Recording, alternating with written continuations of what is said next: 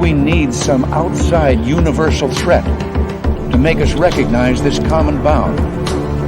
I occasionally think how quickly our differences worldwide would vanish if we were facing an alien threat from outside this world.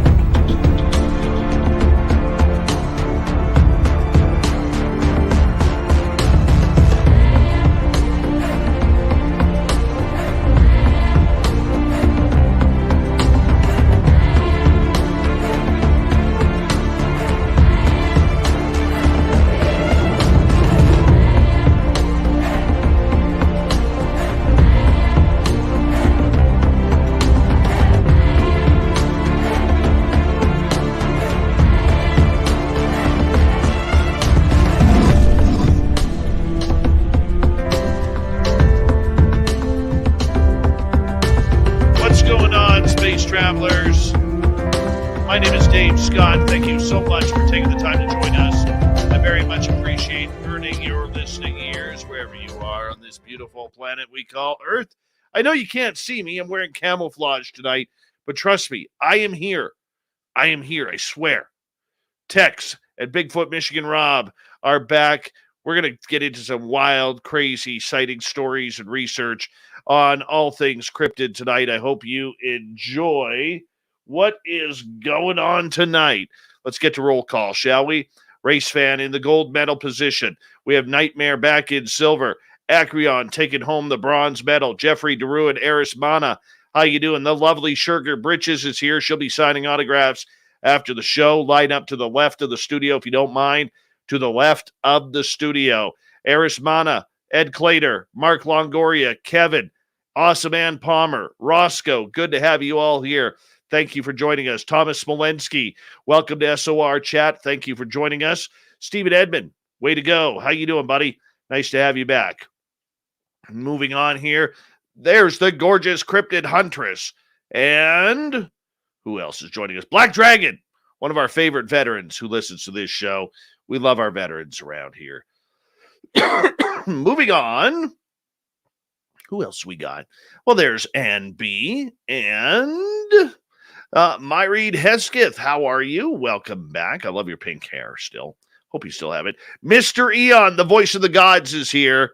Waking up early in the UK. He'll be signing autographs after the show as well. Line up to the right of the studio. To the right of the studio.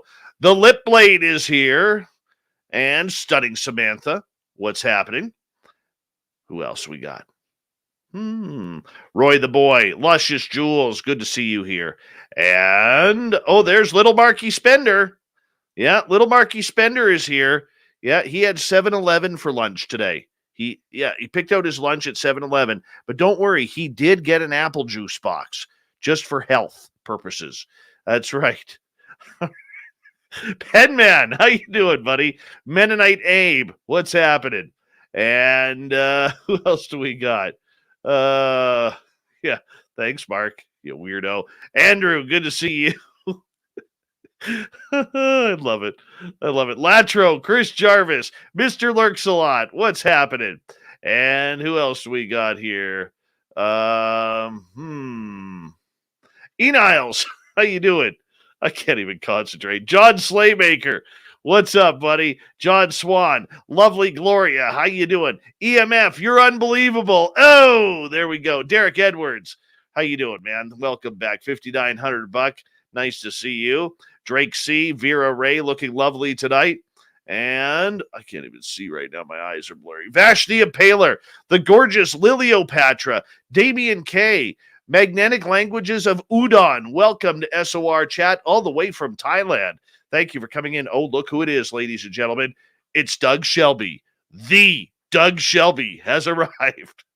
Doug Ward, how's the hair? More importantly, how's the moonshine? Give us an update if you don't mind. And Randy Spurl, Major Lee, Jim Christie, Max Hadley. Welcome to SOR Chat from Kansas. The gorgeous DM. She is a Red Deer Rebel. Robert Garcia, good to have you here. And Sensational Sherry, nice to have you back. Props, good to see you. Boom to you, gorgeous Bama. Mr. Catfish, what's happening, man? And who else do we got here? Solaire, Digger Dog, Eddie Patch, how you doing? We got to start the radio side. Otherwise, we're going to be screwed here. There we go. And who else is joining? Uncle Dale and his Power Stash are here. Remember, if you're in Austin, Texas, and you see Uncle Dale, rub his Power Stash for good luck right through tax time. Yep, he'll keep the IRS away. Alien Critter, nice to have you back. And Zen1, welcome to SOR Chat. War Eagle, how you doing? Remember, the Super Chat is open. It's a wonderful way to support what we do on this show on a nightly basis. And if you're new here, don't forget to give us a thumbs up, thumbs down, thumbs sideways. Hit that subscribe button, ring that bell. And, of course, we have some great swag that we've redone almost everything at spacedoutradio.com. Go to our store, just hit the shop button. It'll take you right there. Thank you, Cat Chaser, the awesome one, for kicking off the Super Chat tonight. Very much appreciate the love. So thank you for everything that you do. Let's do us a favor here. Horns up.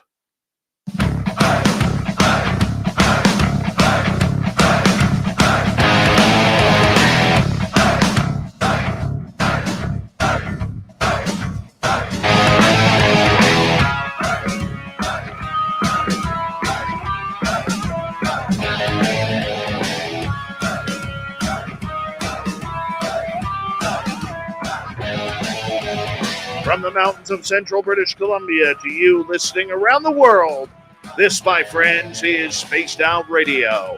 I am your host, Dave Scott, sitting in the captain's chair of SOR headquarters.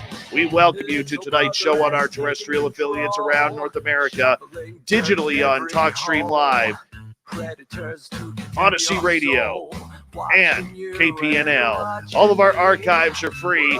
Join us at youtube.com/Spaced Out Radio. Do old Davey the favor. Hit that subscribe button. You can follow us on Twitter at Spaced Out Radio, Instagram at Spaced Out Radio Show, and on TikTok at Spaced Out Radio. Our website, spacedoutradio.com. We have a plethora of features for you. Rock out to Bumblefoot, read Shirky Poo's News Wire. Check out our swag as well. Tonight's show is brought to you by Chive Charities. Help make the world 10% happier by visiting Chive Charities today. You can find them on our website. We're going deep into the bushes tonight. We got Tex and Bigfoot Rob here. Momentarily, they will join us to talk all things cryptid and Bigfoot. Then in hour number 3, we're going to head to the swamp. Our resident swamp dweller is back with another spooky story. We have our good friend Duke from World Bigfoot Radio coming on in to talk some cryptids. And, of course, it's Dave 101 tonight. Did we get some sort of disclosure? We're talking about that a little bit later on. All right, let's get right to it tonight, because two of these dudes are pretty good dudes, especially when one comes from Texas and he's got a beard of the gods, and the other one can only offer you about $2, maybe $2.50 at most. Bigfoot Michigan Rob and Tex have gotten together. They've combined their knowledge for a couple of podcasts, Texas Front Porch and Brunch with Bigfoot. Together, these two tell stories of their own encounters and the experiences that they have had with this elusive creature. The two also pass on information to their listeners to properly conduct a Sasquatch investigation while taking care of the environment around them. Now, I was on their show earlier today, hanging on out, sharing my stories, and it's time for role reversal here. Bigfoot Rob, Big Tex, love you guys, man. How you all doing? I'm doing great, man. Glad to be here, Dave. Yep, I'm doing fantastic, Dave. Once again, great to be on your show. Thank you very much for that. Well, I'm going to tell you this. We are actually going to put a countdown on to see how long before Rob loses his internet, because every time Rob comes on here, for some reason, his internet starts skipping. So we'll see how long we last with Rob. So, Tex, do we just start the show, because I'm pretty familiar with you, and just skip Rob right out of it, or do we actually include him this time? I don't know. We kind of got carried away last time, didn't we? Yeah. Oh, yeah. Well, I want to say earlier on, a number of hours ago, I was on your show on Texas Front Porch, and we were talking all things from podcasting to Sasquatch and everything in between. And I had a lot of fun with you guys. And, as well as I do, Tex, as we get going here, putting a podcast together to talk about these subjects on a daily basis is pretty tough. And you always have to look for something new and something different. How are you enjoying the experience of kind of transitioning from full-time researcher to still being full-time researcher, but now being a podcast host as well? You know what? I've really enjoyed it. It's forced me to grow personally, and the the people that I've surrounded myself with, it was blind luck. I mean, it really was. I got, of course, Bigfoot Michigan Rob. I've got Jason McLean. I've got our paranormal / tech guy, Randy Gilbert. We've got our executive producer, Bob Van Buren. And then just lately, we have a double agent. We have a double agent with Jessica Jones. She's just joined the team. And man, I got to tell you, dangerous. Oh yeah, but no, it really has. It's caused me to grow personally, and it's opened my eyes, talking to so many people and getting so many, different points of view. It's helped me out in the field. It really has. So, I don't.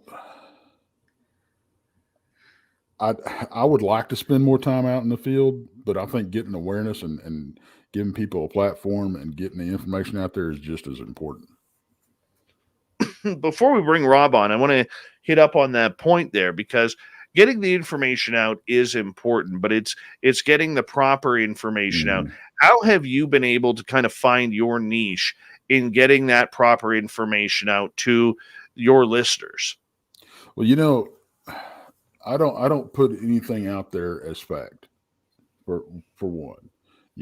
I put out there what I experience, and I share my theories or thoughts. I don't even know if you can call them theories, but what I've experienced and what you might be on the lookout for.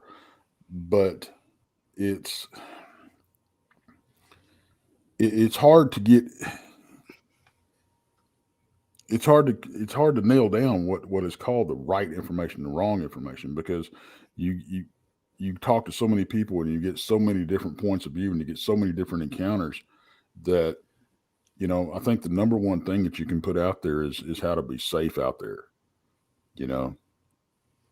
and how to conduct yourself with respect towards these critters or whatever else you're dealing with out there, because there's a lot more than them out there.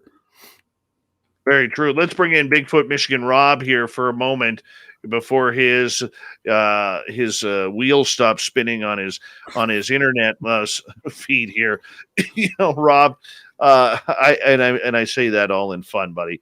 I know it's been a pain in your butt, but I'm just going to be honest. It's been fun for me. Watch that happen. I have a good laugh. I do.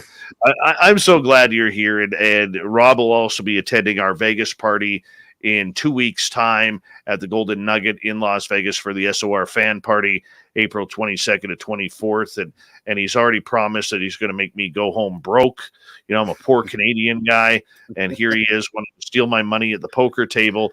But Rob, you have taken on this task with Big Tex here to kind of bring Sasquatch into the forefront with some great shows that you guys are putting together. How have you enjoyed the transition into the podcasting world? First of all, are the wheels really spinning? Because I thought we started out great. Don't give me a complex here. Well, we bought you a new hamster. Everything must be okay. Thank you for that. It's really enlightened my life in ways that I never fathomed, because first of all, I met Tex probably 2.5, 3 years ago, right around the same time that I started watching your show, Dave. And the thing for me is, as we'll maybe get into later, I had my my encounter. It'll be 4 years, June 15th. And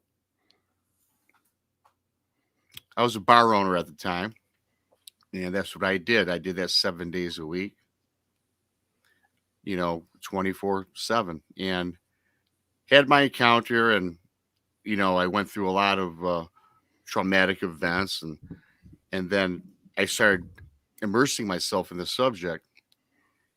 So I made a little video just to put it out there. It was suggested by certain people in the field. Hey, you have to expound on this, get it off your chest. So I put out a video, and I came across several people. I think I was on the West Germer. Was the first thing I did with Sasquatch Chronicles, and I went on Tex's show. He was just up and starting back then, and met him and Jason, and relayed my encounter to Tex. And Tex and I kept in touch with each other. So one day out of the blue, I just give a call to Tex. I said, "Man, I'm going to start my own podcast." And he's like, "Great, great. What's your ideas?" I said, "Yeah, here's this." I laid out a plan, and one day Tex had said, "You know what? Let me run this at you. I'm looking to start a daytime show. And now that you're green in the field, and I can, and by the way, Tex was green, but a little more advanced than I was. And when it comes to technology, I certainly am clueless." And he goes, "I'll help you through it, and try it out for a couple months. And if you like it, stick with me. If not, do your own thing." So this was like on a Wednesday afternoon. I said, "Yeah, Tex, that sounds good. I'll let you know." So I'm thinking maybe a month or two later we'd get together. He calls me on Monday. The Monday, like 3 days later, right after the weekend, he goes, "Hey man, we're starting on Thursday. We're bringing on a witch." I'm like, "What?" And I tell you what, ever since that day, Tex and everybody listening, I was immersed with joy and happiness. And now today, I speak with brilliant people that are researchers, experiencers. I myself have grown because what little I knew about Bigfoot. And let me tell you something, everybody. I am not a researcher per se. I've seen Bigfoot ever since I've seen him. I've been in the woods maybe 6 times. I have other things going on that keeps me from going out into the brush, which is something I intend to do. But boy, the knowledge I've gained from these incredible people, from Tex, from Jason, Dave, from watching your show for 3 years, all the great guests you have, and just the emails I get, the information I'm bombarded with on a daily basis. It just opens my eyes. I'm blessed. I'm appreciative of Tex, our team, Dave, you. Thank you for your friendship, and everybody else that follows our channel. It's a wonderful ride. And if you'd asked me what I'd be doing 4 years ago, it certainly wouldn't be hosting a show talking about the unknown and high strangeness, Bigfoot, cryptids, and such. And I'm very appreciative today. Wow. That was emotional. Tex, put your tissue away, man. Put your tissue away. He had me tearing up, man. This is what I love about you guys. You wear your hearts on your sleeve because of a love for a creature that isn't supposed to exist. And for a lot of people out there, they do have that love for the thrill of the chase and the thrill of the enjoyment that it goes out getting into nature and searching for this, whatever we're looking for. And so I'm curious, how do you combine the love of what is going on while the rest of the Bigfoot world seems to be in just a disarray of arguments and online trolling and everything along those lines, Tex? Well, I think the main thing is with our group, and we've had many conversations about it because we've had people try to drag us into the drama and all that kind of stuff. And I think the main thing that we decided to do, and we stuck with, and it's been tough every once in a while, but and let's take the high road every time, and not let yourself get drugged down to that level, and not take part in it. And just, if the only way somebody can make themselves feel better about somebody else is dragging somebody down or beating somebody up, I don't want any part of that. We're trying to rise above that. We're trying to bridge the gaps in this community, especially between the two camps that you have, which is the woo camp and, the gorilla camp. And I think we've made a good dent because even all of us not all of us on the channel in the group, we don't all agree on everything, but when we disagree, we do it respectively. We have a conversation about it, and I think that's the biggest difference. And Rob, how do you take that? I agree a lot with what Tex says. In the beginning, starting out, Dave, it was like, hey, I had an encounter, and here's the thing. When I had my encounter, I was closed off. I thought people would call me weird. I thought that had nowhere to go. Right. I had nothing. I knew nothing about the subject. Did I know about Bigfoot and all these things? Yes. As a young boy growing up, hey, I saw Leonard Nimoy. I watched, Lost in Space. I saw Star Trek, and I was always interested in monsters. In fact, my dad brought up me on monster movies. I think the first program we saw was, not that it's a monster movie, but I think it was Abbott and Costello Meet the Wolfman. So I always was attracted to these things. And every time I'd been out fishing or hunting or whatever in the woods, I never thought about Sasquatch or Bigfoot. So I have an encounter. And the thing that struck me, Dave, is this. I made a video. I put on YouTube. I made a handle. The Bigfoot Michigan moniker just evolved over. I knew nothing of YouTube. I used it to watch programs. So I said, well, being a marketing guy, I said, well, I got to have people see what I have to say. So I come up with Bigfoot Michigan Rob. It's stuck with me the last 3.5, 4 years. Can't get rid of it, but I guess it's a blessing in disguise. And put out my video. And, as a guy that was traumatized and, I suffered a death, not because of Bigfoot, I might add, but, I was a guy out there with a business that I didn't go to work for 6 months. I told my manager, my bar, to put the money in the bank. I trust you. And I didn't care. But I tell you what, my first 4 comments, I'm all proud. I put out a video, told my tale. First 4 comments, where's your picture? We don't believe you. There's no such thing as Bigfoot. Cadillac, Michigan. Are you crazy? Dave, man, I about cried.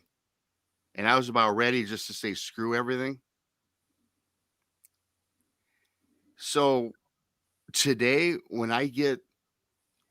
I'm over that because of what I do. And again, I credit that to Tex or stuff. All these great people, Duke Sullivan, who I spoke with 3 years ago, I met. Today, when people come to me, much like you stated earlier, I believe what you have to say. And if there's people giving you ridicule, you have a place to come to, because there's no place in the world for people to stab people in the back, to people to call you a liar. There's no room for pettiness. There's no room for people that, hey, I got 10,000 subs, you got 9,876. Let's come up with some slander to slam somebody. I don't go for that. And if you're that part of that group, I want nothing to do with you. And don't subscribe to our channel. And I can speak for Tex on that part because we don't care. We're a quality group. We take things to heart. I'll never forget my encounter that I had, much like everybody else that comes to us. I've got loads of emails there from people that say thank you to me and tell me their encounter.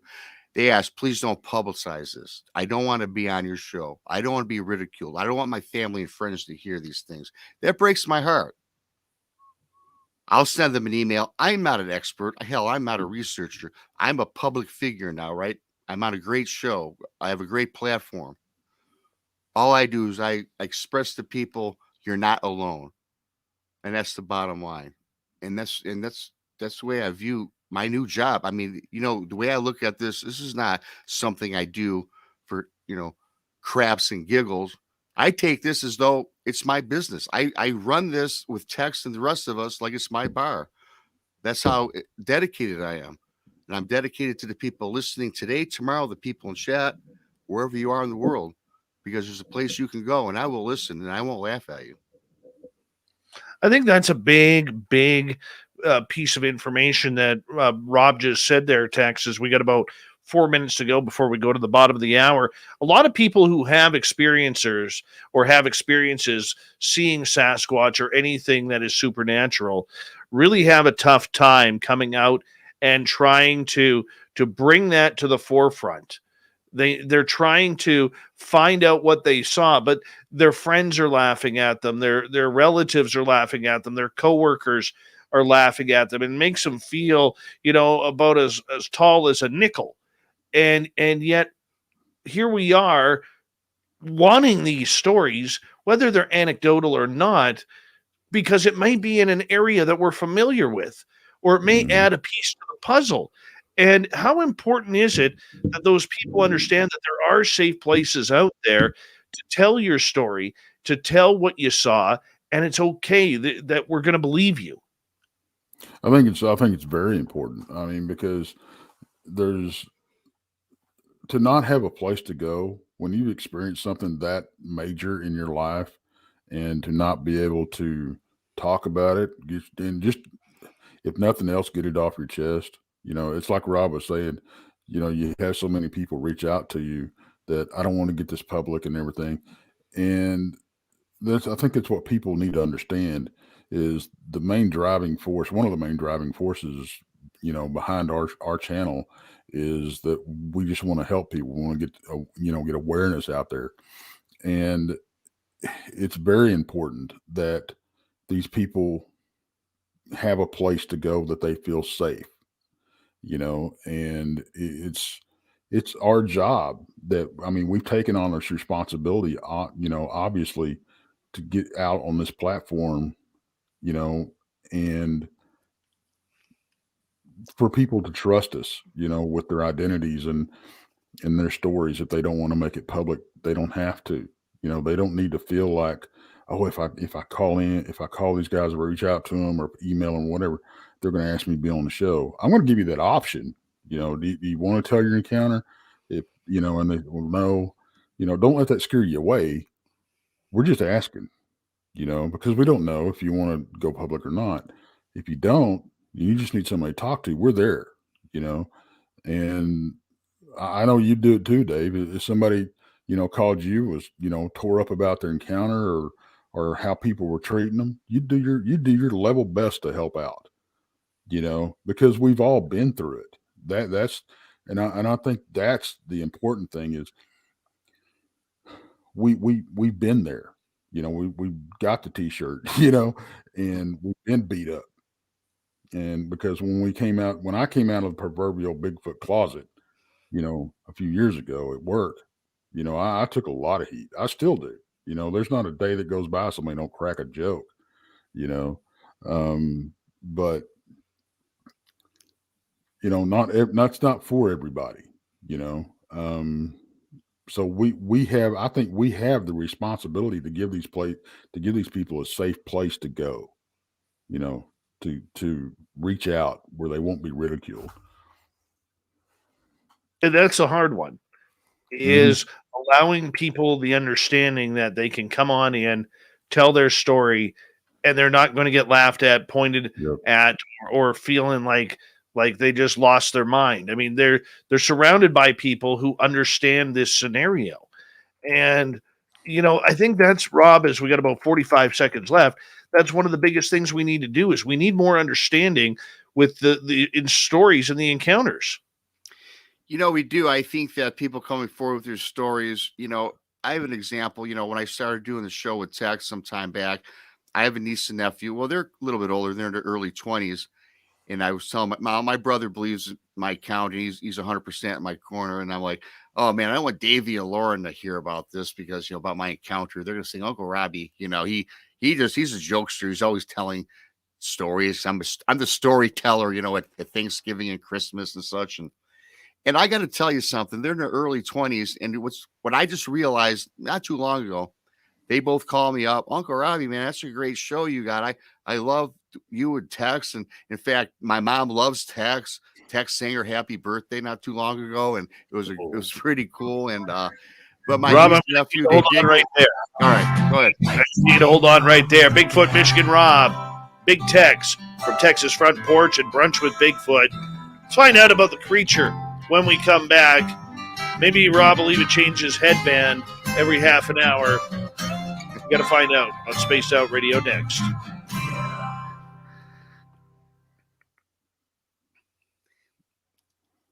All right, we're clear.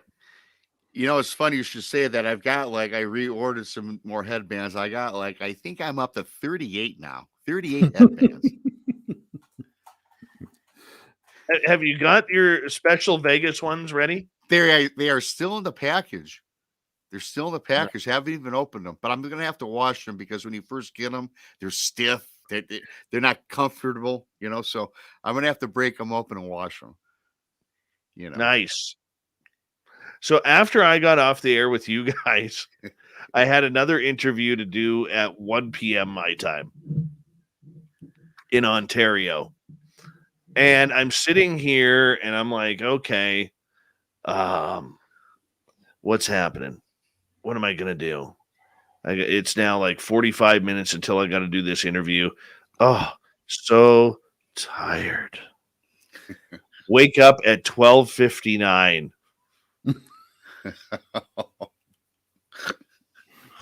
12:59 to a text message. Hey man, are you ready?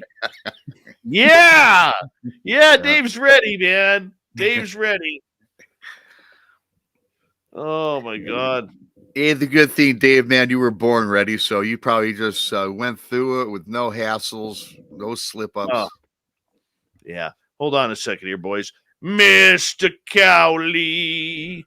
Dun, dun, dun. Welcome back to the show. Oh, Mr. Cowley. Dun, dun, dun. Loves his spaced out radio. Yeah, that's all I got. That's all I got. Oh, man. Mm-hmm. This is fun. This is fun. Yeah, it's been a double packed day with Dave and Rob and Tex, great, a great day. You can't ask for a better Thursday. Well, now Friday for me, but yeah. Yeah. I hear you. Well, third show this week for Raven McMinn. That means, where is she here? There she is. So she gets a hello, gorgeous Raven. They have to be in for 3 shows in order to qualify for gorgeous, stunning, lovely, beautiful 3 shows. That way I know you're committed to the cause. There you go. 3 shows. Yeah, I'm just looking down. I'm just looking down at my phone saying hello to everybody because I can't do it from my computer. Another pet peeve of mine.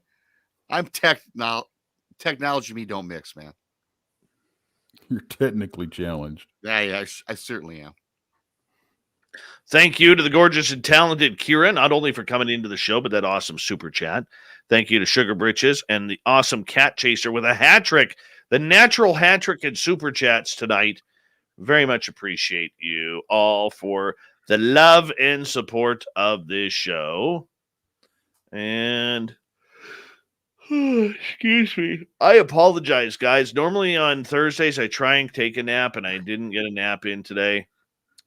No, I didn't fall asleep at work today. Today is actually was my day off. Yesterday, no, was it yesterday? No, Tuesday is when I fell asleep at work. My boss walks right up to my doorway. Hey, are you sleeping? What? I don't think so. He goes, yeah, you were. And I'm like, oh, man, I'm sorry, boss. And he starts laughing. And he's like, holy cow, this is what I pay you the big bucks for, eh? And I'm like, yeah, And Dave, next time that happens, he wakes you up, just wake up, go, amen. Well, that might work. He is quite religious. I work for a dude though, man, who is so chill and relaxed. I've caught him sleeping at his desk before, so I'm like his right hand man. So I don't have to worry too much. I just try not to make a habit out of it, Oh yeah, I've nodded off during lunch for sure. Yeah. Oh yeah. Oh yeah. All right, we got about 35 seconds.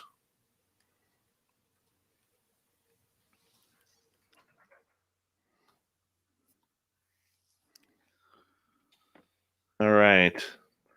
Coming up 30 seconds.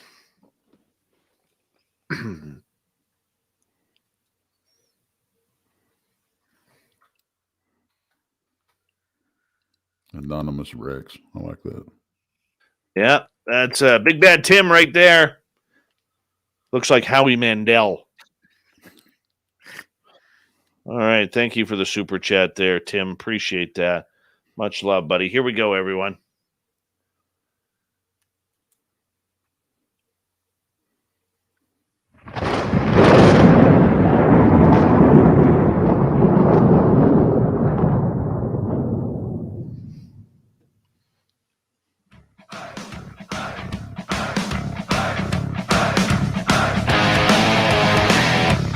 Second half hour of Spaced Out Radio is now underway. My name is Dave Scott. Thank you so much for taking the time to join us. We really do appreciate it. I want to remind you that if you have missed portions of this show or others, check out our free archives at youtube.com/Spaced Out Radio. Do old Davey the favor, hit that subscribe button. Our website is spacedoutradio.com. We have a plethora of features for you. Rock out to Bumblefoot, read Shirky Poo's Newswire, check out our swag as well. Follow us on Twitter at Spaced Out Radio, Instagram at Spaced Out Radio Show, and on TikTok at Spaced Out Radio. Bigfoot, Michigan Rob, and Big Tex are here from Texas Front Porch and Brunch with Bigfoot. Both can be heard on YouTube as well as Odyssey Radio, which is heard on iHeartRadio Live. Gentlemen, welcome back. Thank you, Dave. Thank you, Dave. Hey, real quick, I want to get out there, do a shameless plug real quick. We're going to be, me and Jason McLean and Rob, we're all going to be speaking at the Alabama Bigfoot Conference in June 10th and 11th. So Very nice. Yeah. So you can get your tickets at BamaBigfootConference.com, and y'all come see us, man. It'd be great to meet a lot of people. I love meeting people, man. I never met a stranger. Drives my wife insane. Oh, man. I would love to attend that. I got to say thank you to Tex because I'm the marketing guy, and he went forward and did a very nice job. I commend you, Tex, on that. Way to go, Tex. Way to go, man. Appreciate that. You know what? Even Good a for you. blind squirrel finds a nut every once in a while. And you know what? Good for you guys, because the conference circuit is so usually the same people at every conference. And, I mean, yes, you need those people to drive the names, and it's the names that bring people in. So, I mean, you need the Lyle Blackburns or the Ken Gerhards or people like that, and good on them for being in that position. But it's nice when you get a conference that's going to bring in some new people with new visions, new stories, new scopes of everything, and I just love the conferences, man. They are so much fun. So much fun. Well, I got to tell you, if it wasn't for the conferences, I wouldn't, me and Jason would have never met. That's where we met, was at the Jefferson, Texas Bigfoot Conference. And you got to go ahead. It was weird because it was when we met, it was kind of we just clicked, and then I had him on the show, and then I don't know, a little while later I hit him up. Hey, well, what do you think about being a co-host? Shit, that was 4 years. Go ahead, Rob. And I was just gonna say really briefly, I have never yet to I've yet to go to a conference or speak at one, nonetheless, and I can't wait for that. And the thing is, the people that I've found just through doing what we do, via the internet, I've met so many great people. I've got more friends that I've never met physically in my life than I've probably got on a physical level that I see on a daily basis, which is one of the reasons why I'm geeked. I'm amped to go meet these people, because there is a good pocket of people that are genuine, and that's what I'm all about. And and I just can't wait. And I love people. I'm a people person, so it'll be a lot of fun. I'm glad I was invited along. For you guys, we're going to get some audience questions here in hour number 2. But for you guys, Rob, we know you're one encounter, but is there an encounter that you have heard from either one of your guests or listeners or somebody who's kind of tipped you off that's really stuck with you? The thing that sticks with me, Dave, and I think you might have heard this is, and again, this encounter that I've heard, it really sticks with me, and it goes back to a man that lives in the state of Michigan that he had over 5 6 years. He had always went camping. He took his wife, his 2 sons, always camping. And it resonates with me because what I'm all about is the fear factor, not talking about what's happened. But for this 5 or 6 year course of time, and this was an email, I'm not allowed to mention his name, but I can speak on it. I've spoke with him several times, and he would always go into the woods and he would find it to be like somebody was watching him. He thought there was a presence. And again, this guy knows nothing of Bigfoot, nothing of cryptids, not into UFOs. He's just a camper, loves the wilderness, takes his family.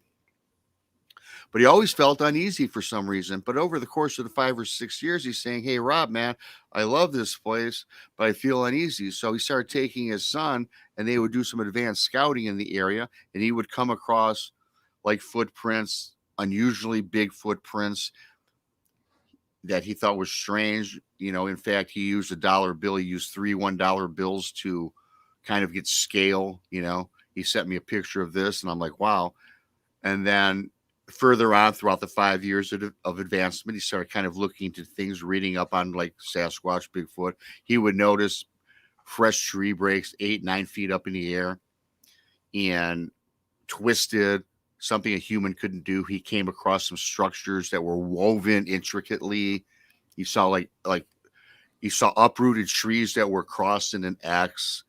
So now as this gentleman is going through this over the course of the 5 years, as I stated, he started kind of reading up, doing his thing. Again, not making mention of any of this to his family. So last summer, he's camping, does his thing with his son, goes out in the woods. Later in the evening, they hear some sounds, some animalistic sounds. They're something he's unfamiliar with. Now, where he's at in Michigan, I know exactly where he lives. The biggest thing we have in this particular part of the country, there's some coyotes, there's some foxes. Certainly they can make sounds that, I think a fox has like 58 different sounds they can make, but the sounds were of depth. They were of depth, and he could tell that it was from a distance. He was scared. He was shaken.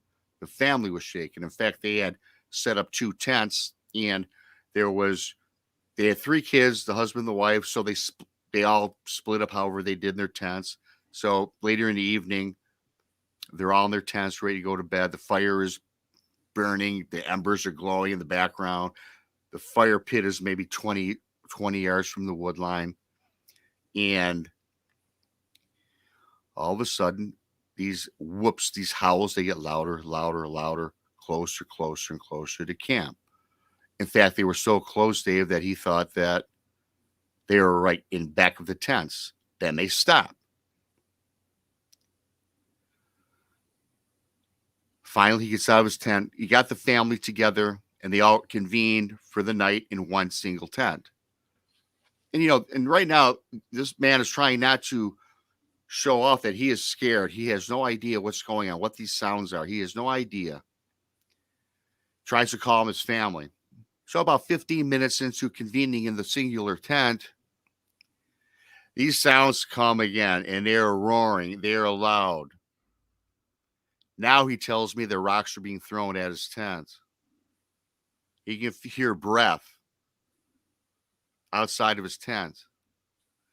Then he hears a stammering running through his camping site, where he said was like footfall, bipedal footfall. He said it was like 2-3 animals is what he's thinking in his mind.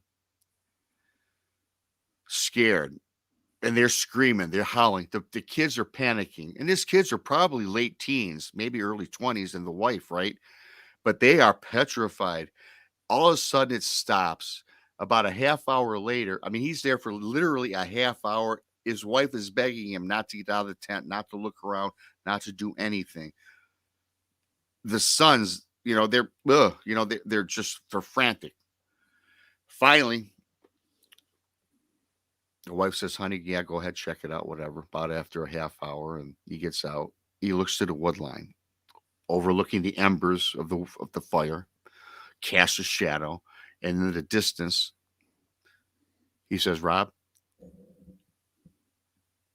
3 figures had to been 9 foot tall because he saw large saucer-shaped eyes, 3 different sets, a yellowish red peering in at his campsite. He said he stood there. The wife is shouting out. The children are shouting out, "Dad, what do you see? What do you see?" He can't answer. He can't speak. He has no idea what he's looking at. He knows it's not a bear. Bears aren't around. And when he's looked up, this eye shine was that it was 9 foot from the bottom of the ground, right standing at the edge of the wood line. Eye shine fades away. He still is staring. Finally turns around, gets into the camp, gathers his family, tells them to break down camp. We're leaving. Everybody's like, Dad, what you see, what you see. Did not make mention of this to him or anybody. Now, of course, they're all still petrified from the growls, the screams, the rock throwing, the running through the camp. So they know something went through there, but he did not make mention of the shine in the eyes, the eye shine. Got up, took off, and then he told me in his email, I've talked to him several times. He goes, Rob, my days of camping for me and my family is over. I've asked him to come on the show. He respectfully declined, which is fine. As I said, it doesn't matter. I'm a therapist for this guy because I do get inundated with emails. And because I'm such a cool dude, I have not even sent these off to Tex because I just want to take care of this guy as best I can. And the thing about what we do, this guy is petrified. He can't do something that he loves now. His children will not camp. His wife wants nothing to do with it. He wants nothing to do with it. And it saddens me. And I've got many stories of which to tell, but this one strikes me to the heart because this guy, a part of his life has been taken away and he doesn't know where to go. Tex, how about you? What's a story that really kind of grabbed your emotions a little bit? Well, every time I hear an encounter that ends up with somebody not wanting to go out and do what they love to do, and it just breaks my heart. And there's this hunter that was down on the Red River, and he had been over on the Texas side, and he was hunting, and he had built himself a blind. He was going to stay there for a week, so it was a pretty intense blind that he'd built. And evidently these critters had been trying to give him the hint to get the hell out of Dodge, but he either didn't recognize the signs or ignored them. I think it was the third night he was there. There was 3 of them that attacked his blind. They were reaching in, growling at him, trying to grab him and everything. He grabbed his rifle, made a mad dash for it. He had boated up the river and landed his boat there on the side of the river, and he bolted through the woods, and they escorted him out. And he left everything, $high optics, ammo, just bedding, everything, just left it there. Said he'd never go back. It's like, well, we know where your stuff's at. Do you want us to bring it to you? They can have it.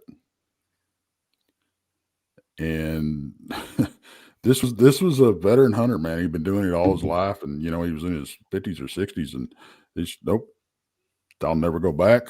They can have it. It's theirs. And that type of stuff, it sticks with me because, like I said, it breaks my heart, pulls at my heartstrings, man. It's I hate to hear that because I've been in that situation, and it's hard to go back. It really is. Is a creature in a situation like that being more intimidating to protect its territory, or is it a string of violence that certain creature may have? Well, I think, and the misconception, and this is just me, okay? I'm not saying this is fact, but this is just my opinion. You hear about these bluff charges. You hear about people getting rocks on them, like the story that he was telling. The last time I was out, the 1:30 in the morning, I wake up, I hear footsteps. I thought it was Gary Spikes Jr. walking around the tent. But he was sleeping over in his truck. And I hear we were camped out on some gravel, and I could hear the footsteps around my tent, and my cot's right next to the tent wall, and then I hear right next to my head, but real heavy. And I'm thinking, okay, all right. So I'm thinking, okay, it could be this, it could be that, but this, and everything. And then I went, crap, my pistol's in my truck. So I just rolled over. I grabbed my phone, I hit record, and I just rolled over and went back to sleep because I've never had a problem with the critters. They I don't think when you hear about the bluff charge and you hear about even this hunter, the only place they left open, they attacked 3 sides of his blind. The only place they left open was the exit.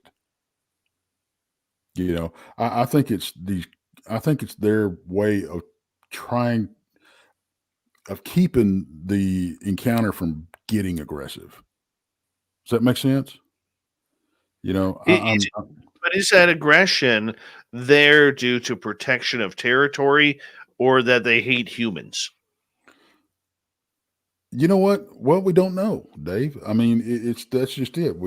We can. It's all conjecture. We can take a stab at it. I think it's possibly that was their hunting area, and they were trying to run him out. I think possibly sometimes there may be a family group. Maybe they've got some newborns. They don't want you around. Maybe the area is special to them. People have to remember when you go out there, it's like somebody walking in your living room without knocking on the front door, and then let's face it, people, we're messy. How would you feel if somebody walked in your house and just left their trash all over the place and just left? Oh yeah. We do the same thing, That's why I always tell everybody, when you go out, try to leave it. I know it's the old saying from the Department of Interior. Try to leave it in better shape than it was when you got there.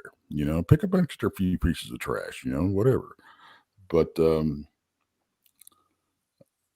I think don't get me wrong. I think the attitude of these critters changes depending on what kind of dealings they've had with humans. I think there are the angry ones out there, and you can't blame them if they've been shot at, maybe shot and wounded, either by misidentification or just somebody not smart enough to identify their target before they pull the trigger, or just out of fear, So I think it depends on the interactions they've had in the past. And then I think that gets passed down, through generation. It's no different than different tribes, of early humans that, some of them were friendly. They accepted you when you walked in. Some of them you'd end up roasting over a spit, So it's I think they're just as different as we are.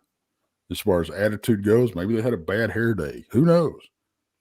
I hate those. Hate those bad days. No, and I think you bring up good points here.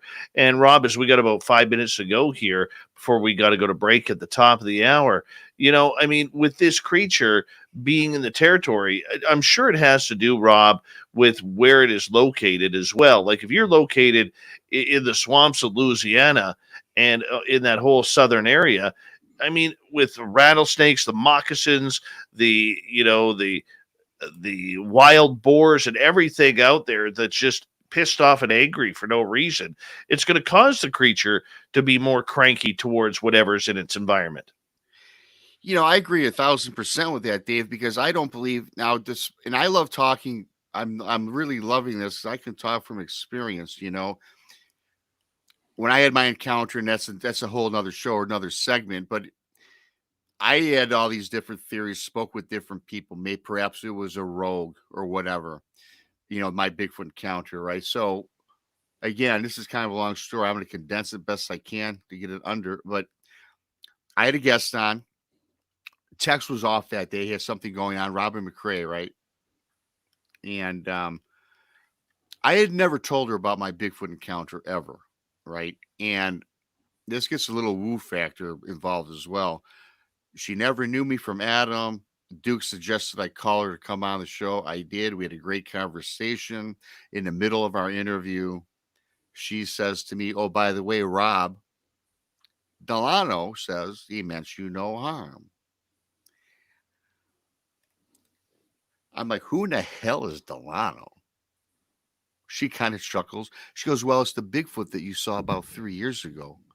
And he said he's sorry for the passing of Cindy, but he meant you no harm." He says, "Rob, they normally don't show themselves in aggression like that towards you. But you know what? You were close to their children. And they did not, they knew your intentions weren't evil, but they didn't know quite what your intentions were." And I'm like, "I'm fishing with my girlfriend who died." She goes, "They understand it. In fact, there was more than one Bigfoot there. There was a second one. You were just in an area where typically in this part of Michigan, this lake that I was on, where people did not go. And they thought that for whatever reason, not a lot of fish there, but it was their hunting area. I get there was a plethora, as Dave would say, of fish in Nice. that area." Thank Very you. nice. And it was like wrong place, wrong time, showed itself, growled, yelled, screamed at me. And, from that day forward, I thought Bigfoot was a demon. And as again, it's been a long haul for me. It'll be 4 years in June, and I'm still trying to figure out what this beast is, and I hate that term beast, but I'm not going to call it a person, a human. I don't know what to call it, but I know that it's something that every day I try to figure it out, Dave, every day. But again, to answer the question with that story, it was aggressive. It came at me because I was in the area where his children were playing, as I was told. And, from that day forward, I've had a different perspective on what's going on in the world and what's going on with the creature we call Sasquatch. It's so hard to fathom that it can have that much profound effects on people, Rob, as it did in your situation where, it turned almost personal. How do you look at the creature now compared to when you did back then? If you'd asked me that question almost 4 years ago, June 15th, I seen the creature June 15th of 2018. My girlfriend died August 18th, 2018. It was all 2018.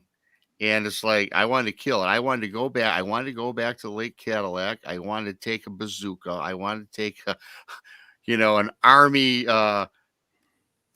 infiltration vehicle and just blow the hell out of the woods and litter it until I killed it. I did. And I don't apologize for what I said. Moving forward, with the help of many great people, Tex is included, Duke's included, a whole other people. I'm not going to make names of everybody else, but today I don't have that opinion. Do I think that they're the friendly forest giant? No, I think like anybody else, there's good humans, there's bad humans. I caught this guy on a bad day. He showed himself to me. Today, I accept the fact that Sasquatch didn't kill my girl.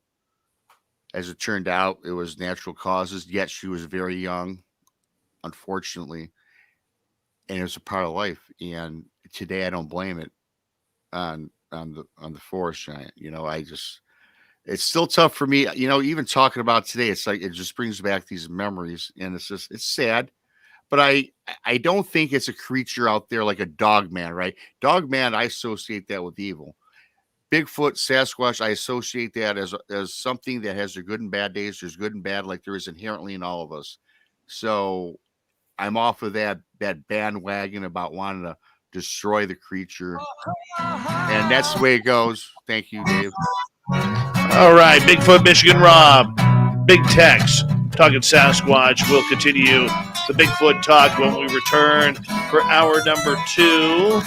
And we'll get into your questions next. So make sure you post them on up if you're in our chat rooms. Bigfoot talking Spaced Out Radio right after this.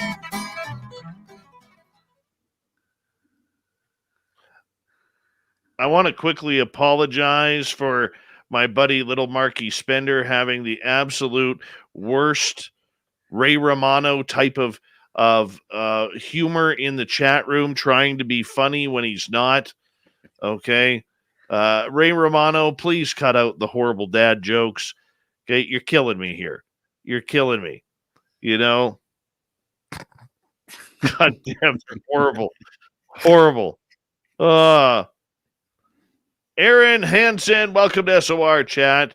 Horror Realm, good to see you again, my friend. How you been doing? All right. Guys, I'm going to quickly step away. I'll be right back, okay? Yep, sounds good. You guys chat. And by the way, everybody, little Davey Altman accepts Bitcoin. Yes, he does. Little Davey Altman. I see a lot of people from our chat. Hi, guys. Good to see y'all. Appreciate y'all coming over here and supporting us, man. That's awesome. Yeah, I'm going to step away for a quick second. Tex, I'll let you handle the chat real quick. Hey, David H. Altman, he accepts Bitcoin, Tex. He accepts Bitcoin. I think he's going to be on our show. If I had a bit of a coin, I'd give it to him.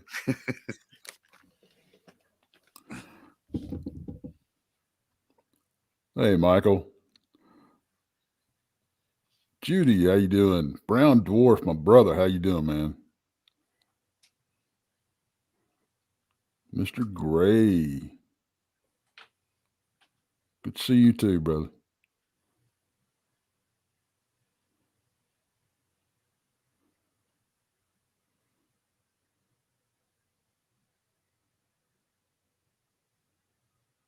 I appreciate that, Duke. I know it's tough, man. I love you, brother. I do, man. Hey, Ann.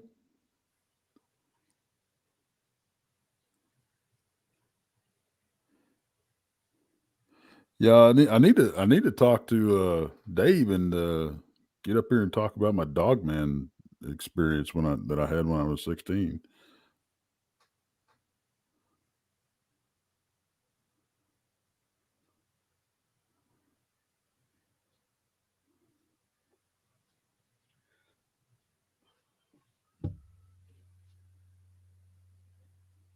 And I see a lot of man. I can't believe how many of y'all came over here to support us. That is awesome. And if you don't bust my bubble, if you're here every night, I don't want to know it. I think you're here supporting us.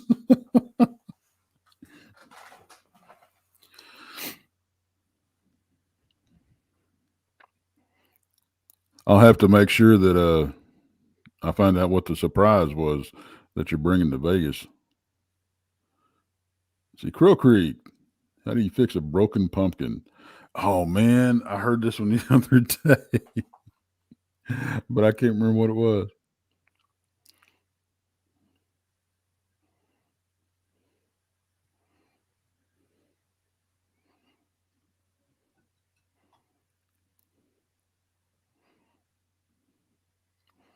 Man, there's so many new people in here that I've never seen. Of course, I'm not over here all the time, but man, y'all please go over and check our channel, and I think you'd really enjoy the content.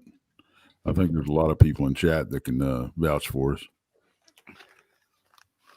We're doing, a lot of people don't know we're doing 4 shows a week now, and 5 if you count Bob Van Buren. He's simulcasting over on our show on Tuesday nights, but we've got Texas Front Porch on Monday nights at 6:30 p.m. Central, and then we've got Wednesday nights we do Jason McLean Questions Everything. Man, that goes all over the map, don't it, Rob? That's one of those shows that you sit down with an agenda, and then of course it goes sideways after the first half hour. Well, it's because we jump into so many rabbit holes, man, off of one topic. It's crazy, Yeah, we do. And then we got me and you on Thursdays, and at noon, trying to catch, give the UK's, people the chance to, catch a live show. And I'm trying to figure out what time we need to do a show for our friends down under be able to catch a live show. I think there's 16 hours difference or something. Yeah, I think we got to figure that out too, because we got one day left to fill. And for everybody out there in chat, I love you all. I can't read or see the chat, and I'm sure you're showing the love to myself and Tex, and I love each and every one of you out there. because I know most of you, because I'm, of course, in the chat room 5 days a week usually. And if I'm not responding to you, I love you. Thank you. I appreciate the support, and hello to everybody out there. And then on Friday nights at 8 p.m. Central, we've got Jessica Jones. She does something that we couldn't find anybody doing it around anywhere. And what she's doing, she's taking these cases that allegedly involve cryptids, these mysterious, like Dutloff Pass or incident and that type of thing. And she's remote viewing them and then going over her results on her show. So yeah, you don't want to miss that. It's called Remote Viewing Investigations with Jessica Jones. That's Friday nights, 8 Central on Texas Front Porch. All right. All right. Now you guys got all your promos done. Can I start up here, if you don't mind? No, you can have your show back, Dave. Got 20 seconds left, and I want to say a big thank you to Rex, Kira, Sugar Britches, and Cat Chaser for the amazing super chats tonight. The super chats is a wonderful way to support what we do on this show on a nightly basis. So thank you. Here we go with the second hour.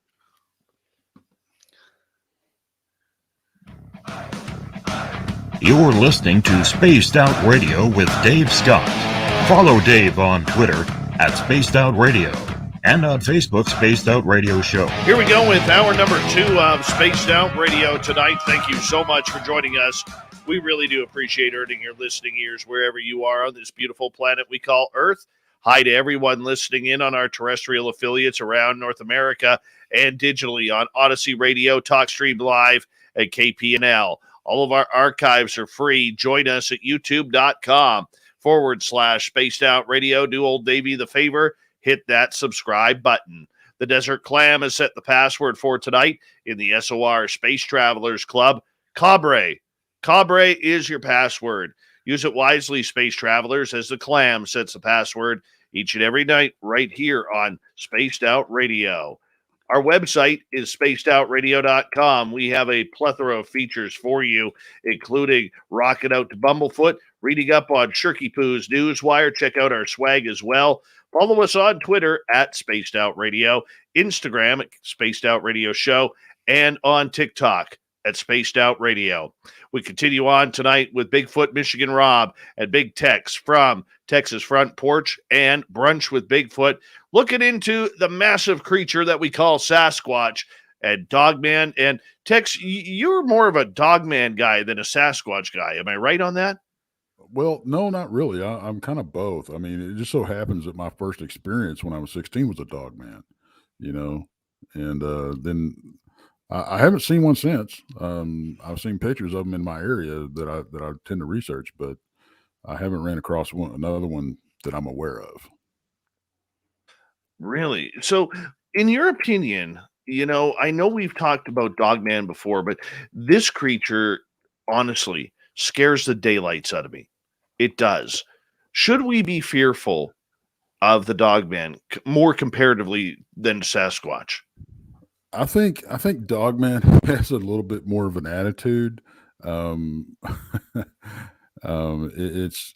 I think, for a better lack of word, it's the a-hole of the cryptids. It seems to get its rocks off just by spooking people for some reason.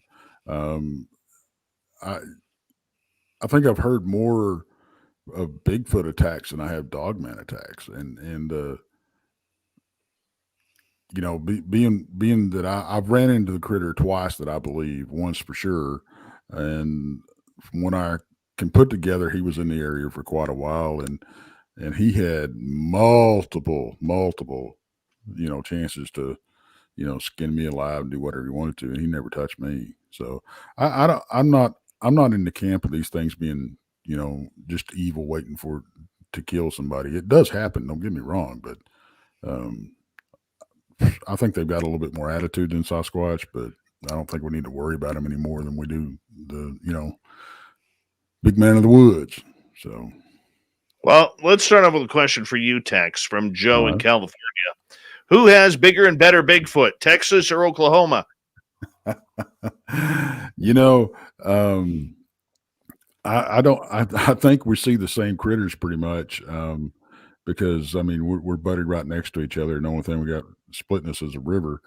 And I know down in the big thicket area down in Texas, they tend to be a little bit more aggressive um, than I've heard up in Oklahoma.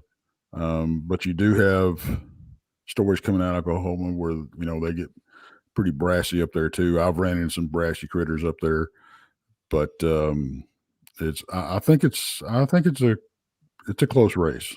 I really do. Why are the creatures seemingly bigger the more north you go? I think it's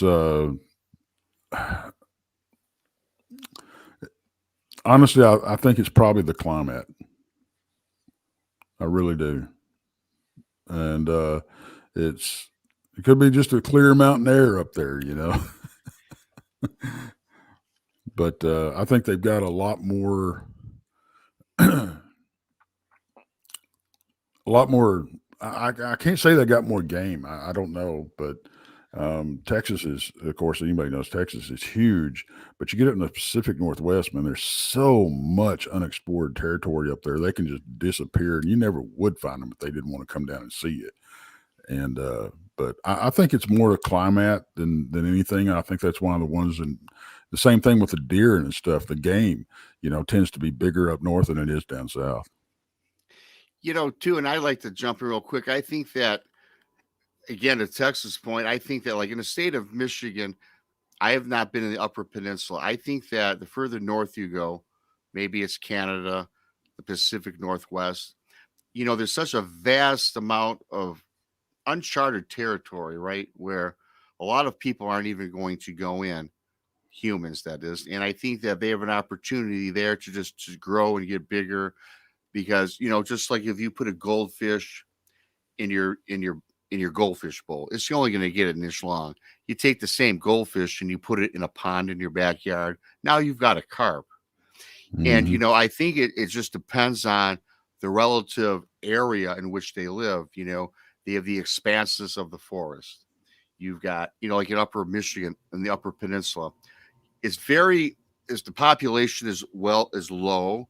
You've got dense, thick trees. So I'm sure that there's bigger Bigfoot out there just because they have a chance. They're not always on the run. It seems like a lot of people too that especially in these areas where people do research, let's face it, a Bigfoot or a Sasquatch, they're smart and they're always perhaps on the move. And yes, they are the hider, they're the hide and seek game player. But I think they too are sick of the movement. And I think too, when they find and they can nestle up in an area where no man goes, and you have the vastness of the forest and the wilderness that they hang out and they grow. The mountains, right? Duke talks about the mountains in Montana. You talk about the mountains in the Pacific Northwest. So I think they've got a bigger stake to claim, and I think that they're more relaxed, if there's such a term for these beings, that they are able to live and thrive. All right, let's get to another question here. This one comes from Lara, who is asking, how do you guys feel about the idea of Bigfoot being migratory? I don't think they migrate like people think they do. As far as across the country and the flying south for the winter type thing. I think they have a territory that's very immense. I think they probably have a few hundred square miles of territory that they circulate through, um, like a big cat does. I think if I remember right, mountain lion will have about 350 square miles of area that they patrol. And a lot of times that's why, you'll hear reports of, one side of the county, oh, we saw a big cat. And then a few months later, oh yeah, well, we saw a big cat over here. And he's just making the rounds. And I think that's what these critters do too. But I do think that if they land in the right place, they will hunker down and just have a fallback area. And I think that's what we see in around the Red River, because there's so much fresh water, especially Brown Springs. There's it's a wildlife refuge area, and the game is very plentiful. They've got plenty of places to hide. They can go back and forth the Red River when the river's down with pretty much ease, and go to the Texas side, which is I think they go to what we've seen so far. We think is when the river's high, they will be over to the Texas side on high ground. But they've got a fresh spring over on the Oklahoma side that bubbles up, and feeds in, and it's just, I mean, it's just it's clear as day. It's great water, and like I said, the wildlife, and I think that's why they kind of hang out in that area. But I do think that I don't think they migrate like a lot of people, have in mind of a migration trek, but they do have a territory they circulate through. That's what I believe anyway. Rob? Yeah, Your opinion? I don't think they're like a bird. I don't think they fly south for the winter, and like I even alluded to earlier, I think when they find a place they're comfortable with, they stick there. Now, not to say they stay there, because I do believe they move around about in an area, right? Especially, I don't think they're like in one place at one time. The average American, probably from birth till death, might move 3 to 4 times, have 3, 4 different homes. And typically a lot of people will live in the same state, but they will move to maybe a different county or a different city, or they might move out of state. But I think it's the same thing maybe with a Bigfoot. I don't think that they start in the Pacific Northwest, and I don't think you're going to find them in Florida. I think they'll stick to a geographic area. But I do think, because they like to be elusive, I do think that they just don't sit there for years on end. I think that they do pack up and move on. But I don't believe that they're a migratory species. I'm still not sure on that. Here's one of the confusions I get with Sasquatch, because there's always the great debate, animal or something a little bit more supernatural with this creature. And one of the things that I think I struggle with in trying to figure out whether this is an animal or not is it feeds. Okay, we've heard of it feeding off of deer, wild boar, fish, whatever it may be. And yet, if this was a supernatural creature, alien maybe, I don't know, why would it need to feed? Right. So Rob, give me a little insight of what you think about that. Well, like you say, I think that, okay, if it's let's say that we're on the side of flesh and blood creature, like a mammal. Certainly a lot of them move to different parts. They do migrate for feeding. I think with if Sasquatch is a flesh and blood creature, I think that it probably has the propensity to move on from one area to another, perhaps for food. You're not going to, certainly, in Alaska, they can bust through water and they can drink, and it's a lot harder to find the big elk and a moose, right, during the wintertime, because other mammals, and I'm not saying Sasquatch is a mammal, but what they feed on, if it is, they're hard to find as well. I mean, bears go and they hibernate, then at the same side of the coin is, if they are a supernatural being, an entity, whatever you want to call it, I wouldn't think they would need to migrate. I mean, they could perhaps be in Alaska, and the food is bare, is dried up, all the animals are hibernating. Couldn't they just walk through a portal to South Florida and snatch some food? So yes, I mean, and that to me is a totally different thing, because if they are supernatural, they can go from point A to point B, just like walking through your front door, and pick up the food supply that they need. So yeah, to your point, I think that in some instances, depending on what side of the coin you're on, I think there's migration opportunities that they take advantage of. And I think that they can stand pat in one place. If they can disappear out of thin air, then why move, right? Stay hidden, take care of your business, feed your family, feed yourself, and move forward. Tex, your opinion. You know, I I don't I don't think Bigfoot or Sasquatch as we know it is a supernatural creature. Do they have extraordinary abilities compared to what we do out in the brush? Yes, they do. Um, but what we've been running into is the possibility that there's entities out there that maybe follow these critters around and pretend to be them, portray themselves as them. Um, but I'm with you. You know, it's if they were a supernatural being, why would they eat and poop? You know, I can't explain the whole phenomenon of the footprints and disappearing and everything, but them coming in and out of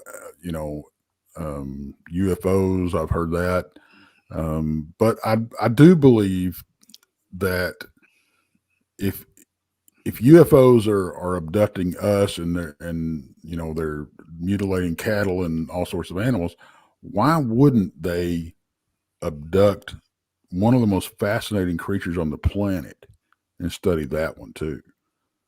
So that could possibly explain why you see them coming in and out of UFOs every once in a while. They just got abducted, like us. So, and I did want to make just one point to what I was alluding to. Yes, I agree. If they are supernatural, I mean, if they're flat out supernatural, they don't have to eat, right? But now if you bring in the fact that they can walk in and out of portals, but yet they are of a flesh and blood nature, but they have this ability to seek out these portals and travel, then I think that they will just go from point A to point B to satisfy their needs. But I do agree in the fact that, like Tex was saying, if it's some supernatural force, they don't need to worry about eating, drinking, mating, or anything like that. But if they are flesh and blood and they can walk through a portal or go through some sort of, I don't know about the UFO. I know that a lot of people state that a lot of orbs and UFOs, they've seen them. They've seen Sasquatch at the same time. Again, that's another rabbit hole in which to go down. And again, with the subject, there's so many things that we're unsure of. And we just have to offer our best speculation hypothesis. All right, let's get to a question from Joe here. And he is asking, I had a friend with a cannabis grow up. He says Bigfoot got into it once and ate his plants. Have you ever run across a stoned Bigfoot? Not that I'm aware of. And that's why I'm disappointed that I'm not going to meet Joe Monk, man, in Vegas. Joe, you're like 50 miles, man. Let's buck up. I know, but Joe's afraid with his beautiful, luscious hair that it'll get taken advantage of in Vegas, and that's the reason why. I have let's get to Christina's question. Then I got a request here. We got about 5.5 minutes before we got to go to break at the bottom of the hour. Christina is asking, I wonder how Sasquatch perceives us. I mean, with our technology, when they look up and see jet planes or cars on the road, do they wonder like of godlike magic with our technology? What do you think, Tex? I think they're used to it. It's like anything else. I mean, you grow up around it and you get used to it. I think they're used to seeing planes zip by and stuff. I think one thing that they might be just not quite used to, and I think that's why it hasn't been such a success, is drones. Because a lot of people go, "Whoa, why can't we get a picture on a drone?" Well, with the hearing and the sensibilities that we give these critters credit for having, they're going to hear these things, way off, and they're going to hide from it. So I think that's probably, answers that as far as the drone thing goes. But as far as the airplanes and all that kind of stuff, the generation now grew up seeing that stuff zip around, so I think they're probably used to it. They may wonder what it is. I don't think that they can distinguish between a camera and a gun, because I think they think anything that we hold up and point at them is bad news, period. You know? So, You know, That's actually a good point. yeah, and to further that, I do think that Sasquatch is aware of technology, and I do think that they know our intentions going into the forest. I think that they can smell gunpowder. We talked about it on our show earlier.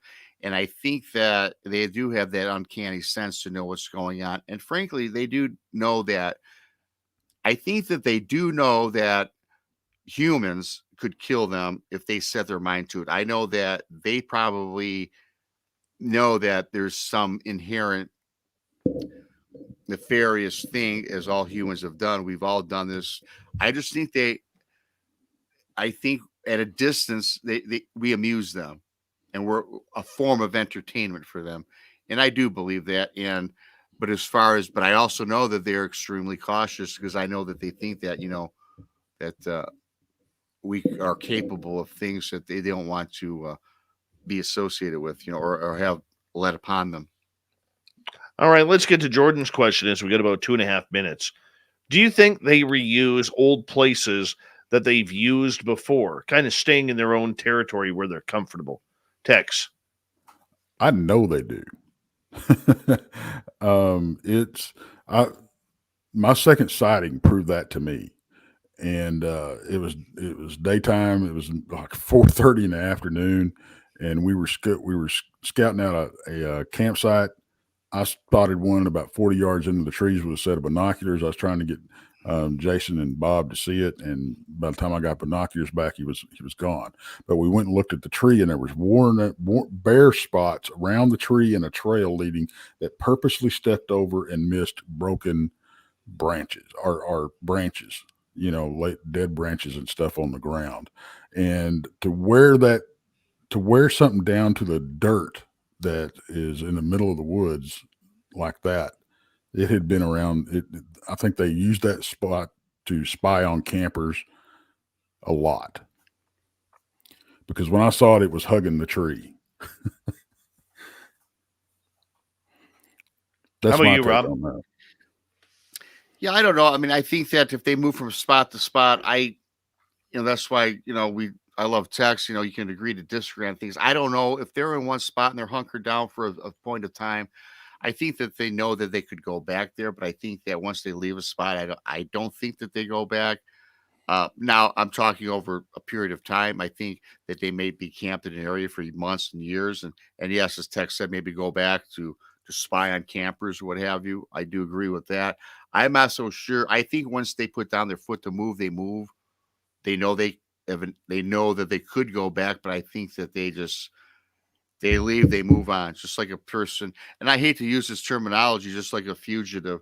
Not that people are hunting down Bigfoot. Yes, there's researchers. Yes, there's weekend warriors.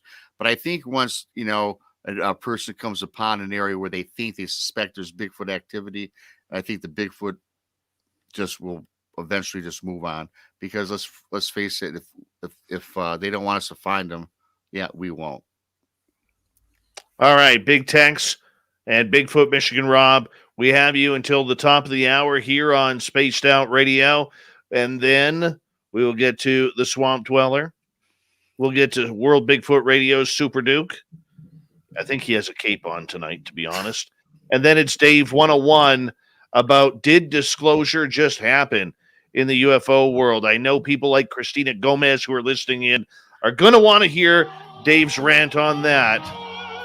But first, we got some Bigfoot talk to talk about here on the mighty SOR as we pass the halfway point. Stick around. Bigfoot Rob and Big Tex talk Sasquatch again right after this.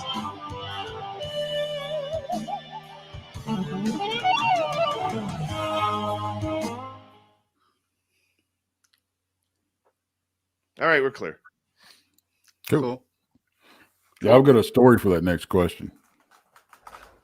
All right. So I look forward to it. Let her rip, Tex. Let her rip. Yeah, I'll answer that when we go back. But yeah, this is pretty crazy. But yeah, I don't. It's, as far as them, I think they go back to the same place. If they didn't, I wouldn't be having the experiences that I have in the field. I mean, Yeah. Hey, Tex, can I kind of cut you off there for a quick second? Uh, I had a couple of people, and I forgot to ask this. Bill WD40 in the Spreaker chat room and in our YouTube chat asking about your Dogman encounter and what happened there.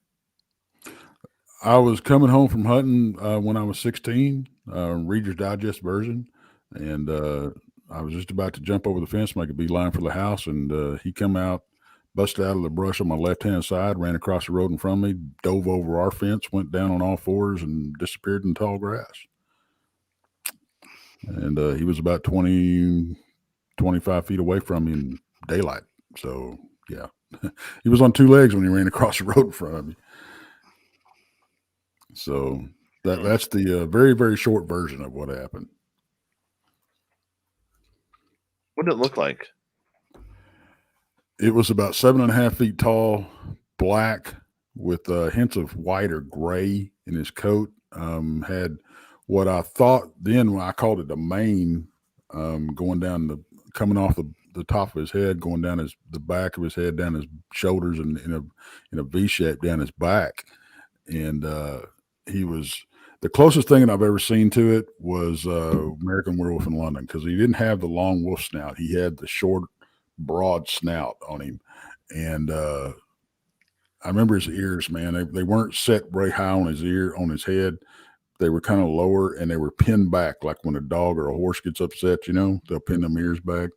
But he had brown eyes, and you hear the old wives' tale about the way to spot a smart dog is they got black in their mouth, and this critter had a black mottled mouth and tongue. So, but he had human-like hands. But yeah, pretty crazy stuff. Scared the daylights out of me. When I took the long way home, and I got back, and between my mom and my sister, it took them about 45 minutes to an hour to calm me down enough where I could tell them what happened. No kidding. Yeah. And then I ran into him, but I didn't go out in the woods for about 6 months after that. I didn't do anything. I didn't stick loaded the house. If I had to go down to the barn, I went loaded for bear, because we lived on 20 acres, and we lived, our nearest neighbor was probably half a mile away. And then about almost a year later, I think I ran into him again. I was going out to hunt my area out there, and I heard something walking in the brush, and I hollered at it, and it stopped. And I hollered at it again, and it had shifted its weight. And I thought it might be one of the twins that hunted the area that lived over on the other side of it. And I said, "Hey, David dug at one of y'all, let me know." And nothing. And then I said, "Look, if somebody don't say something, I'm going to shoot." And I fired a round off in the air, and then all hell broke loose. It sounded like a bull coming through the brush. I just turned around and ran home. I didn't even look back, man. But about a year before my first sighting, we had a dog disappear, and the way we found him, he started stinking, and he was underneath the house. And when I crawled underneath the house and pulled him out, it looked like somebody held him up by the front legs and just gutted him. It was awful. Oh, man. Yeah. But then I found a horse skeleton that was fully intact right after some people that kept their horses on this place just up and moved. And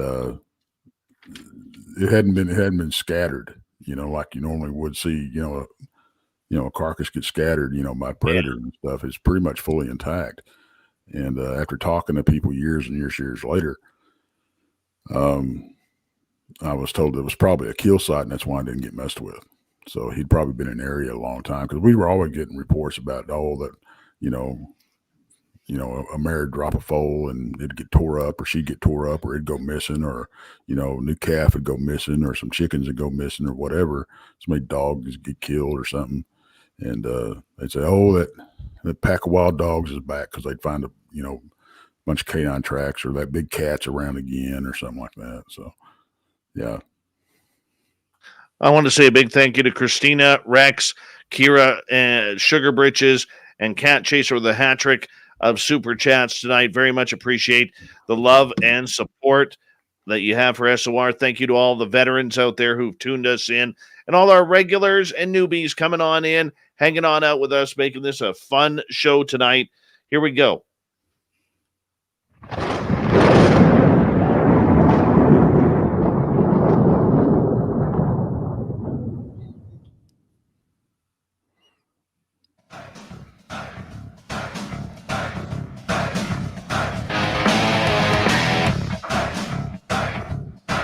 We pass a halfway point of Spaced Out Radio tonight. Thank you so much for tuning us in. My name is Dave Scott. Very much appreciate all of you hanging on out with us and listening for the woo. Of course, a reminder to you that if you missed portions of this show or others, check out our free archives at youtube.com/Spaced Out Radio. Do us the favor, hit that subscribe button. Our website, spacedoutradio.com.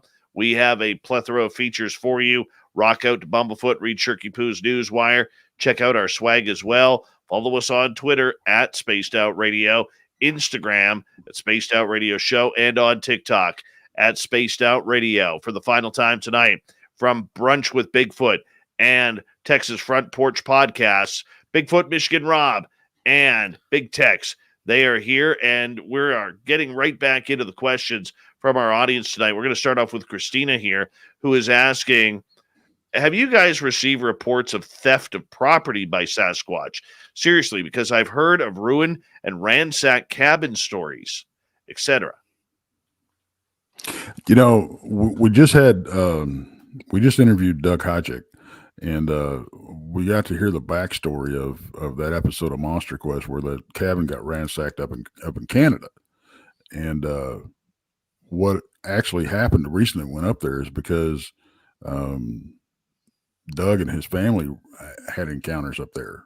And that's why, Doug said, we need to go up there and, with a research team and study this. But that cabin got ransacked. And one of the reasons that they proved it wasn't a bear was, well, one, bears were in hibernation at the time that it happened. And two, when a bear tears into like a refrigerator or a cooler or something like that, the reason they tear it apart is because the insulation smells like termites. And it wasn't done that way. It was almost like a human went through it and just got mad and was looking for food. So, and was turned over and all that kind of stuff. Now, that being said, there's a story that comes out of New Mexico up around Ruidoso, and it actually came from one of our producers. She said a neighbor that she had, because she was getting activity up there, but only when she would go up there by herself. And she said, my neighbor said a bear came along, stuck his hand in her window and stole 2 apples out of her kitchen window the other day. I said, okay, there's several things wrong with that statement. I said, is that exactly what she told you? She said, yeah. She said a bear reached his hand into the window and stole 2 apples. I said, okay, well, here's the problem with that. One, the window was about 7 or 8 feet off the ground. Black bears don't get that big up there. And two, to steal 2 apples at one time, you're talking, okay, did this bear stick his paw in the window and stab him with his claws? Because to grab 2 apples, you have to have an opposable thumb. Number 3, your neighbor said this bear stuck his hand in my window. So, yeah, they'll come along and snatch stuff. You have the look at the Legend of Boggy Creek. They stole the guys, grabbed 2 prize hogs and just walked off with them. So yeah, and even, well, you gift, Dave. I mean, they like stuff. That story that I told a while ago about the hunter that got ran out of his blind. One thing was weird. There was a team that went back and a few days later and scoped out that blind again, and the bag of rifle rounds was gone. The bag was there, but the rifle rounds were gone, and they've been replaced with wood chips. Now, I know of a story here from a First Nations friend whose brother was working along a power line trail in the Sunshine Coast area, BC, which is right along the coastline north of Vancouver. And he was saying his brother, felt something hit the back of his vehicle. He looked in the rearview mirror and saw something big and black, thought it was a bear. And when he kind of looked out his driver's side mirror, there was nothing there. Looked back into the mirror, and there was nothing there in the rear view. And as he is looking in the rear view mirror, kind of hears this scraping noise and sees this giant hand come in the driver's side window, grab his sandwich, and then pull the sandwich out of the vehicle and starts walking down the gravel road, eating this dude's poor lunch. They're brazen at times, and if they want, they will take it. Yeah, I mean, you got the story out of Oklahoma that the famous video that cannot be found now. That of the one that they outside the casino that was digging around in the grease trap. They caught him on security camera. But you're not going to. You can't find. Nobody can find it now, but it's out there. All right, let's move on to politically incorrect. Are Bigfoot and or Dogman territorial, or do they just like messing with people? I think, yeah, I think they enjoy messing with us. I've had rocks thrown at me on numerous occasions. In fact, we were in camp one time, and it was me and another old boy, and he had set up a hammock. He was going to camp out in the hammock. I was laying in the back of my truck, and we started seeing little pebbles sail through this tree line into the campsite. And he says, well, I'm going to go lay down in my hammock. So he went and got in his hammock. And they started pinging his hammock with these little big pebbles, And I think I had one throw a rock at my truck, hit the top of my truck about big around as a golf ball.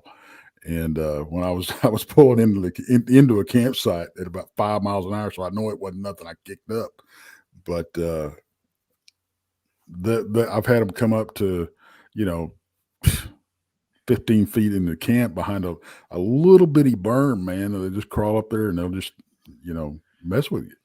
It's amazing. As far as Dogman, I think what we're seeing with that is very possible that these are the juvenile Sasquatches doing this. They just like, there was a guy out there that used to call it counting coup. And I think he was pretty much on point with that. As far as Dogman, they seem to like to terrify people. I don't know why they get their jollies off of that, but I mean, I know a good friend of mine. They had an encounter where it was her and her girlfriend, I believe, and they were on a double date, and they pulled up to this house. Well, we've frozen up there with Tex. Rob, you want to take over? Yeah, I'll take over. I think definitely the Sasquatch or Bigfoot like to play games with you or and such. But my most I'm waiting to hear. I'm just trying to hear here. Okay, so did I disappear? You did. Yeah, you did, Tex. You were gone. Yeah, everything buffered for a few seconds. So I was like, I was still talking. I was like, oh wow. So real briefly, I can let Tex get back in it, but I think that when we're talking about Dogman, I do think Sasquatch likes to mess with you. And as Tex was saying, my favorite stories about being messed with from a cryptid is Dogman, because I've heard many accounts about the Dogman. You hear these stories about a person, maybe a couple, or maybe a couple guys, couple girls, whatever the case may be, and they're driving down a dirt road. And then all of a sudden they see some glowing light, glowing eyes in the back. And all of a sudden they don't pay any mind to it. And before you know it, there's this creature running. They're doing like 40 miles an hour down a dirt road in BFE. And they're looking, and there's this wolf-like creature on all four legs staring into their window, seemingly smiling at them. But it's not a smile that says happy birthday. It's like, hi, I'm going to get you. And, and they'll put the claws and they'll scrape along the side of the door of the car. And then, you know what? As Tex was saying, they're terrified. They're out of their minds. Perhaps they drive off the road and hit a tree and get in an accident, but the creature, the cryptid, whatever it is gone. I hear many accounts like that, and those are always the ones that, and I don't mean to laugh about it, but those are the ones that are entertaining for me. And you know what? You do hear a lot about that stuff. You really do, as far as Dogman and being like, people think it has a sinister motive, but I think that they just like to scare the you know what out of people. And I don't think Sasquatch, for the most part, is like that. Although, again, we've heard accounts on both sides of the coin. Where did I leave at? Where did I break off at? Oh goodness. You know, when it breaks, I go into such a panic mode, I kind of forget. I apologize. We'll just move on. World Bigfoot Radio, ready to drop the gloves here with us, says, who says supernatural beings don't have to eat? I don't know, Duke. I mentioned that, and I'll come forward. I don't know. I don't know if you're supernatural. When I think supernatural, man, I'm thinking an apparition, a ghost, an entity. And the last time I checked in, I wasn't sure that a ghost ate anything. What they do eat, though, I think, is the energy of the human being. To answer that question, so no, I don't know per se myself. Well, it's just conjecture on my part. I'm not saying that they don't. I don't know if they do or not. I don't know if they're supernatural or not. I haven't witnessed them being supernatural. I think there's different entities out there that are portraying to be Bigfoot, but maybe supernatural beings do have to eat. I don't know. Well, according to R. Keith Andrews, some aliens have to eat, but I don't know. It's the mystery. Somebody on Facebook, because all it says is Facebook user, do you think that this creature can cross from one dimension to another? I don't know. I wish I did. I know Jessica Jones, she says yes. I've never witnessed it, so I can't answer that question. When I see one step out of or into a porthole, I'll be the first one to hate. They're interdimensional, but I haven't witnessed it, so I can't affirm nor deny that claim. How about you, Rob? I don't know. I've never experienced that, right? But you know what? Again, talking to people over the last several years and such, you hear all these different stories. I think that anything's possible. I do believe that there are portals. I do believe that there are other dimensions. I believe that. Why do I believe it? I can't tell you that I've seen it, I've experienced it. I can't. But I also am a believer in most anything it can happen, and I think that, I think that the possibility exists. Do I know for certain? Absolutely not. Do I believe that there are things, different realms, different realities? Do I think there are portals? As Tex would say, porthole. I believe it exists. And who am I to say they don't, right? Portal. I know. I'm just Porthole. poking fun at Tex. Tex says porthole. Tex says porthole. It must be a southern thing. I have no idea. I don't know. That's a whole different language in Texas. Mennonite Abe would like to know, you think Bigfoot uses tools, complex tools? I think if they're even half as intelligent as we give them credit for, yeah. I mean, you've got the common great apes that use tools. You've got birds that use tools. I think it would be arrogant to say they don't. I've had reports of them using fire, for God's sake. So, they've been around us, watching us for thousands of years. And who's to say that we didn't learn the use of some of our tools from them, back in the day. So I think it would be very arrogant of us to say, no, they don't use tools. So I think they do. I don't know one way or another. I'm going to say yes, they probably do. But, this is really quickly a brief story. It's really not, it's not Bigfoot related, but so for some people it might be. That there's a species of, I think it's chimpanzee. It's one in that family, ape, gorilla, somewhere in South America, that actually they have found. There was a recent study where they have seen actual, again, ape, chimpanzee, gorilla, I don't quote me, that have devised fishing apparatus. They're literally becoming humanized to the sense that they've built spears and they've seen them. And there's a video on this where they were, like the Neanderthal, right? Where they were trying to spear fish, and we're talking about like a monkey. And if they're doing it, again, you got to look it up. I forget where it is, and I seen it though, and it struck me. Certainly, a sophisticated creature like a Bigfoot, I'm sure that they utilize some sort of tool. Wow. All right, moving on here. Let's go to politically incorrect. When Bigfoot sleeps, where do you think it sleeps? Underground, in trees, caves? The short answer to that is all the above. I've seen dugouts under the roots of trees that are big enough to it's bigger than any foxhole I ever dug when I served. I've ran across a cedar tree that had the limbs stripped off one side from about 13, 14 feet up, just all stripped off of one side, not cut or none of that. They were stripped off one side. They were all laying down at the bottom, and something had been sleeping in them.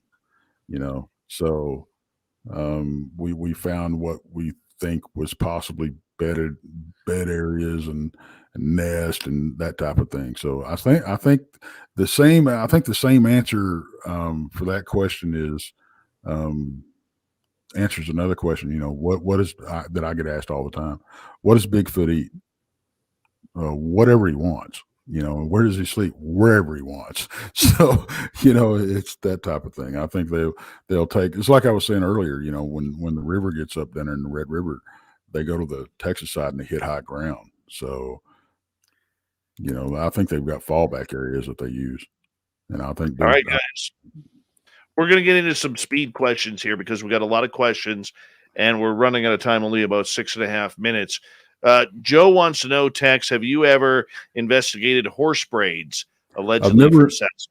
I've never, we used to call them witch knots.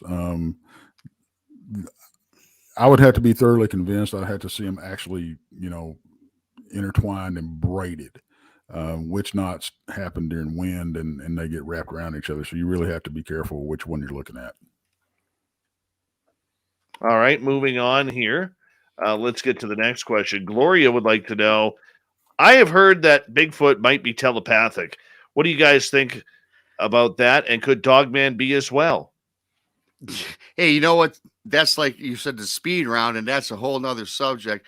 I know many people that are good friends of mine that claim that they have spoken and had telepathic. I've experienced it, not personally, but as I mentioned, Robin McCrae, she told me some things on the show that they spoke with her. They were trying to get in contact with me. And the funny thing about the story is she told me things that I never told anybody, including Tex, Duke, people that I'm in touch with.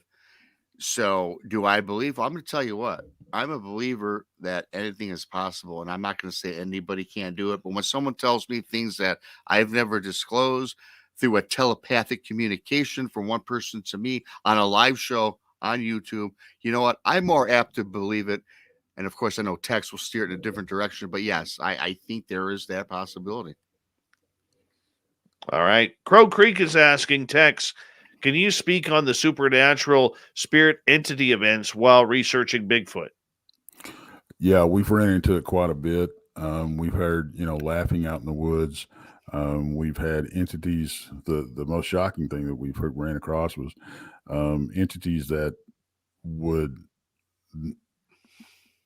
they were there, and you hit them with a light, they would disappear, turn the light off, they'd be right back. And that was Gary Jr. and Gary Sr. that ran into that. And while we were dealing with EVPs and lights going off at the same time and everything, about 20 yards apart.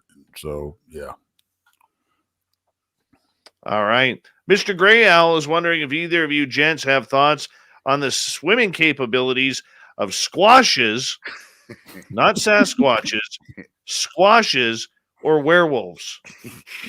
Hey, I tell you what, man, I think they have the capability to swim, but real briefly, the most terrified I was, and again, about my encounter, it was on a lake overlooking shoreline.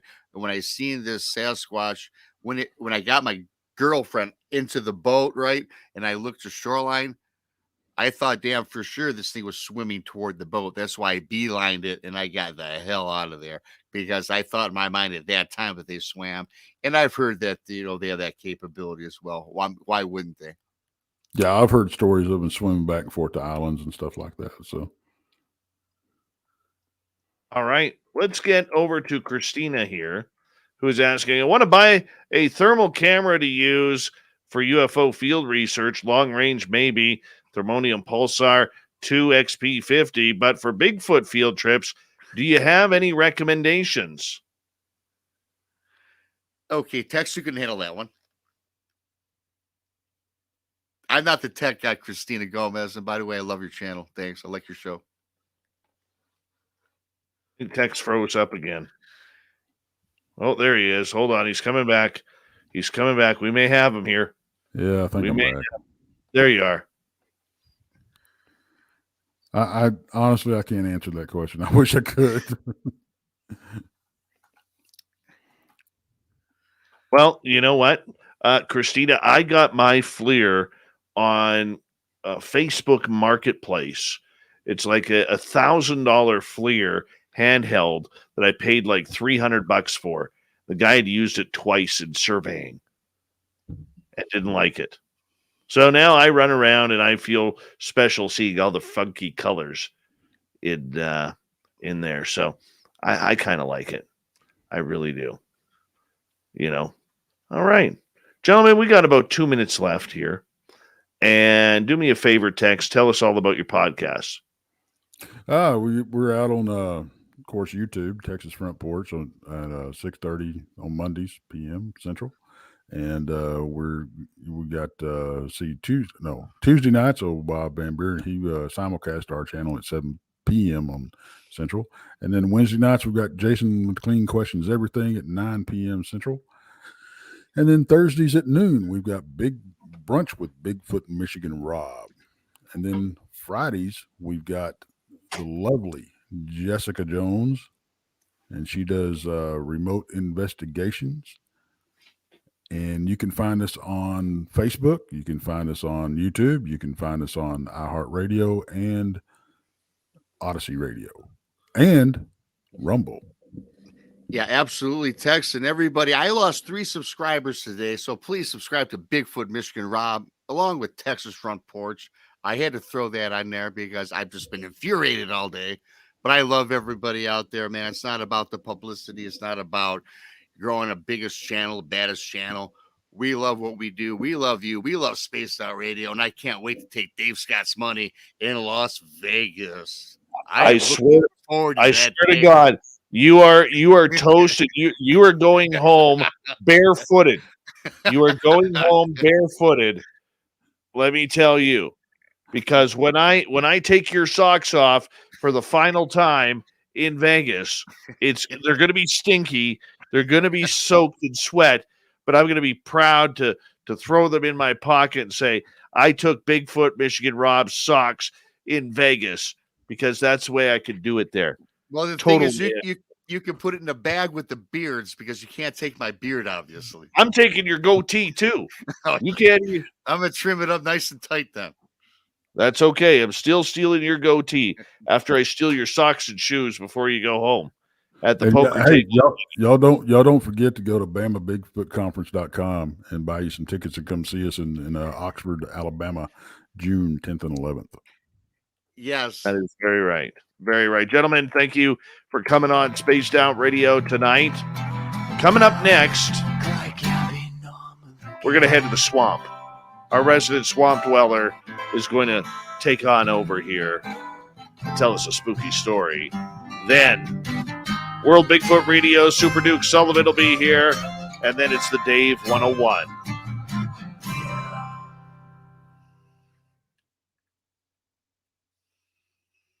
Good show, boys. Good show. Way to go, guys. Thanks, Dave. Yeah.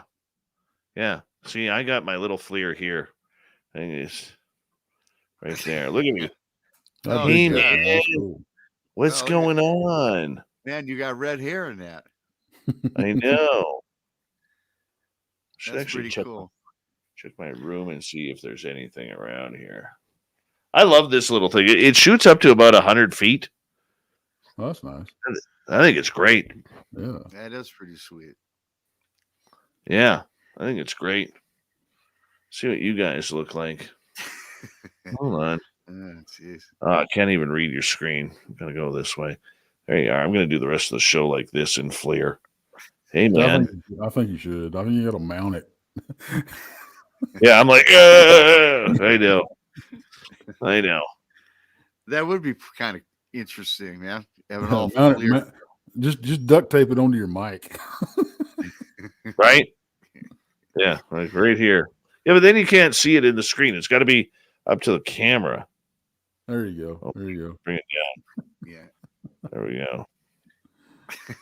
Well, at least I'm healthy at the, if I can keep it still at 33 degrees. I'm healthy. Yeah. Man, I appreciate you having us on, Dave. That was fun. Always, man. brother. Yeah. Always. It was a great day. Double time, double overtime with Dave today. That was great. Yeah, dude. Stellar day. Stellar day. I'm going to turn my camera off here. Well, I'll tell you what, if you ever want to do a show on Dogman, you just holler at me, man. I'd love to come on and talk that subject for an hour or so. Right? I'll give you my other tool here. Careful. What tool you with that? Blessed native drum. Oh, nice. Yeah, just.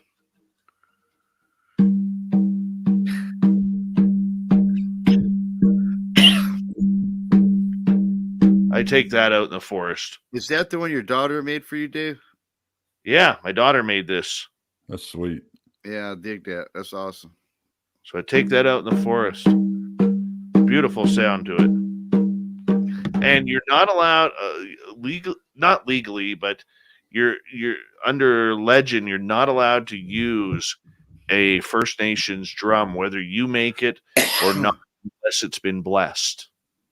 So this was a Christmas present from my daughter that she made, and then she couldn't give it to me on Christmas because she hadn't had it blessed yet. So I didn't get it till like February, March until she could get it blessed. That's awesome. Wow, that's sweet. Yeah. Yeah. And then I got little Marky Spender's night vision camera behind me. So, yeah, I'm just putting my tools together here. Morning, Buddy Tech, Michael Darling, how are you? And guys, I got to let you go. I got to get ready for the Swamp Dweller. Yep, appreciate it, Tex. I appreciate it, Tex and Dave and everybody. Look at Super Duke there. Oh, Super Duke! Holy cow, brother! He looks funny. He looks wicked. Just got back from Mordor doing some special research for tonight's piece. Yeah, I was thinking, you kind of like Gandalf. That is crazy, man. I like that, though. It's a real deal. I got it from Gandalf when he retired. Boy, you're awesome. You're awesome. All right, Tex and Rob, will let you go. Have a good one here, boys. All right. Thanks. See you later. Oh, yeah, I can't wait to win Rob's socks and beard. His goatee is going to have a new home. Oh, yeah, I'm going to steal his bloody headband, too. Hell yeah. He's going back home from Vegas no matter what, minus one headband. And I'm going to get him to autograph it so I can put it in the studio. What the hell? Is that a bearded dragon? Yep, this is Sushi the Adventure Dragon. He's done with his winter nap, and he's all ready to go out and look for Bigfoot again. Nice. Very nice. Let's see him again. Oh, he's on your shoulder. Oh, yeah. He was laying there sleeping until a minute ago, and I woke him up to show him what was going on the screen. I say, hi, bud. Hold on. Let's zoom in here on him. Hold on. Let's get rid of that. Look at him. Look at that, Sushi. You're on air. And he's pretty. It's hard to see. It's not very well lit in here, but he's kind of pumpkin orange usually. Yeah. He took a big nap from the beginning of December until about a week ago. And then he woke up and said, yeah, screw Puxatawny Phil. I'm the actual predictor of spring, and I'm awake. Here, I'll Very put you back nice. on my shoulder there, sweetie. Go back Very to sleep. nice. Believe it or not, he does go on research expeditions with me. He's got his own little screen tank that he stays in. And at night, he sleeps in the tent with me. So he stays warm enough and doesn't freeze to death because you get too cold up there at night. Right on. I used to have a 3.5-foot iguana that used to tuck right deep into the neck. Like that. They're scaly too. When they move, you feel it. I had a big old iguana named Buddy who I'd rescued from somebody abandoned him in a park in Florida. And he was about 5 feet long, big boy. And oh man, was it fun having him around. He'd go around the yard and eat all of the weeds. Yeah. So I never had to weed the yard. Nice. All right, hold on 1 second here. Big thank you to Nikki, Steve, Christina ×2, Rex, Kira, and Sugar Britches and Cat Chaser for the super chats. Here we go with hour number 3.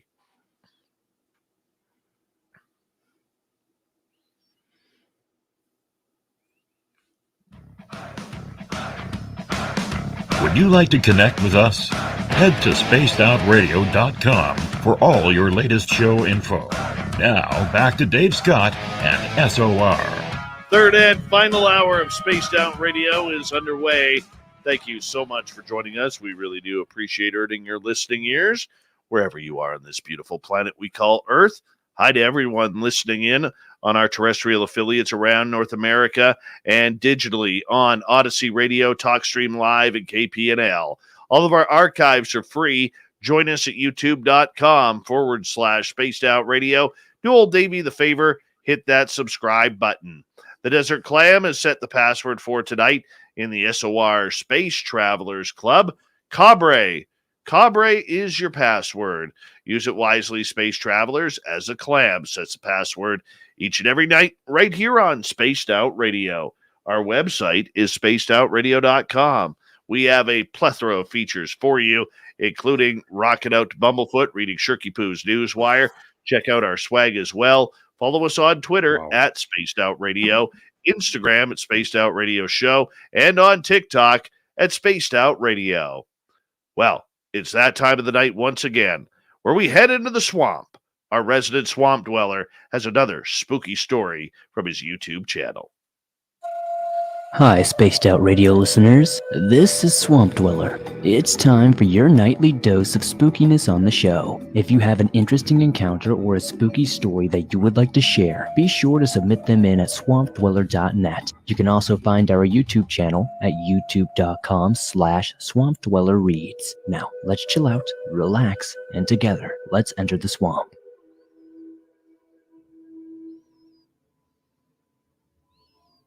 So I've had a total of 3 Bigfoot encounters here in Colorado. 2 of them are located at the same exact place as the encounter I'm going to speak about. I don't have a clue what it was. This happened off of Highway 66 west of Sedalia, Colorado. Pretty close to Castle Rock. First off, I'll give a quick recap of one of the best Bigfoot encounters I've ever had. Me and my mom were walking down the trail, and I was a little bit further ahead. I'm an ex-Marine and private contractor, so not a lot scares me. I had stepped on a log and happened to look down the mountain.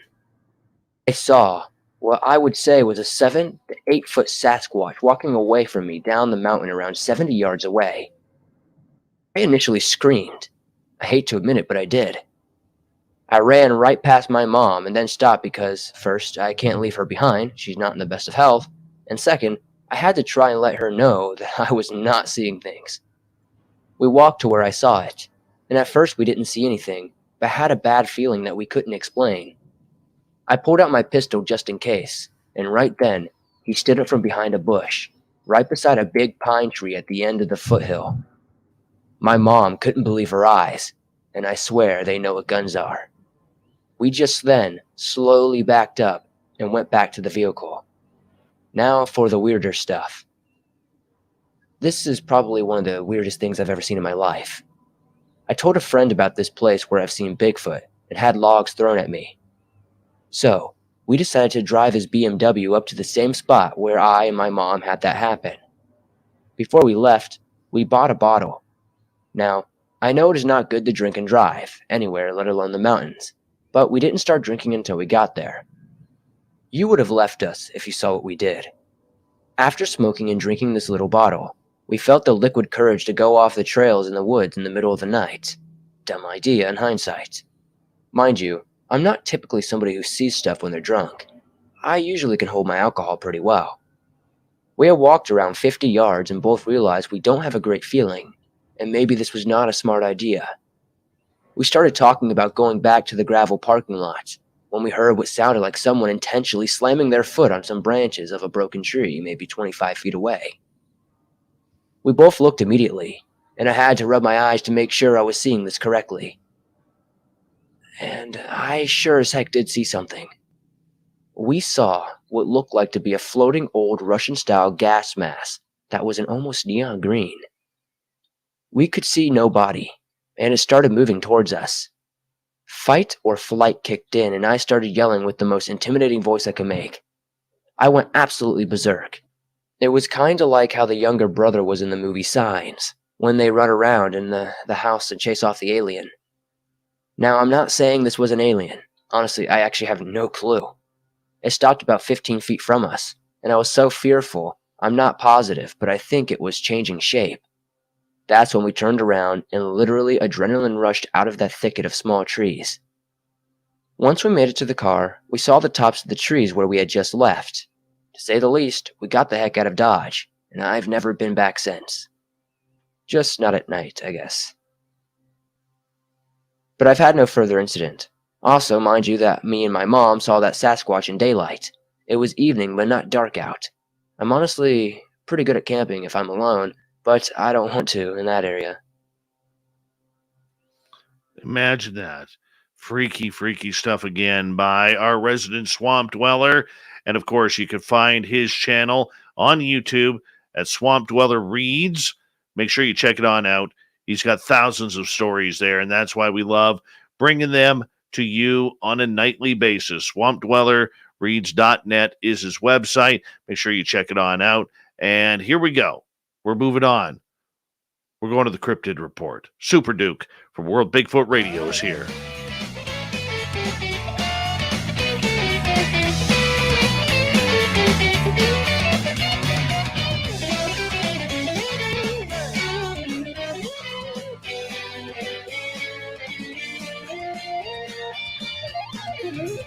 All right, Super Duke from World Bigfoot Radio on YouTube is here, and he always brings in a strange cryptid tale, and somehow, some way, somewhere, it's always tied to British Columbia. I don't know why, but it is. Super Duke, always a pleasure to have you here, my bud. Thanks, Dave. Glad to be back again. And you know, this one tonight has nothing to do with British Columbia. Wow. And it's not a historical report. And it does relate to Colorado that Swamp Dweller just mentioned. So, synchronicity all over the place. And this report is so recent that it may not actually be over with. By the way, great show earlier today. I actually got up early enough to watch you with the guys, and you were just absolutely compelling, fascinating, and with the usual mellifluous vocal tones. It was a very enjoyable show.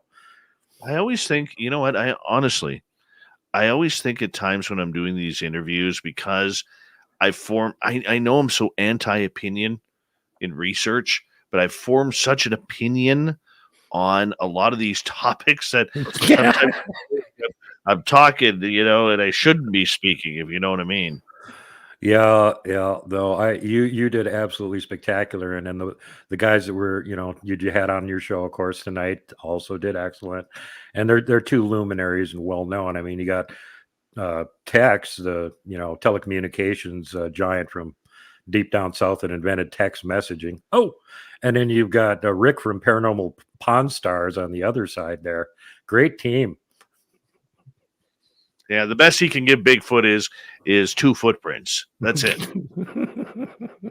Those guys are totally awesome. I talked to Rob quite a bit, and I need to get Tex on my show. He's been pestering me, but you know what? When I was on your show, Tex, you didn't even show up for your show. So cogitate on that. So tonight's report is freshly, like, really, really new. And if you can imagine a story where you have all these elements combined, UFOs, missing 411, Bigfoot, Gugwe, giants, military intervention, and satanic rituals. Well, guess what? You're in luck, because here's the story. I heard about this from one of my sources before I came on your show last Tuesday, but I only had the one source, who's an insider, but still one source.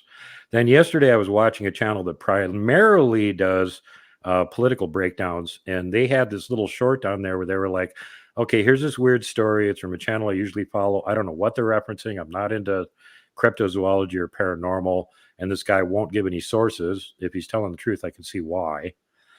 But he's telling this really strange story. Okay, so then the next thing is there's another channel that that this came from, and I tracked that down and watched. He actually did 2 reports on it. So I called up one of my friends who's really in the know on this stuff and has a great network and said, have you heard anything about giant attacks on people? And they said, yes, we heard a report 3 days ago, which fits perfectly in the time frame. So then I contacted one of my friends in the state in question, Colorado, and asked him about it. And he's going to boots on the ground it a little bit more and look into it there.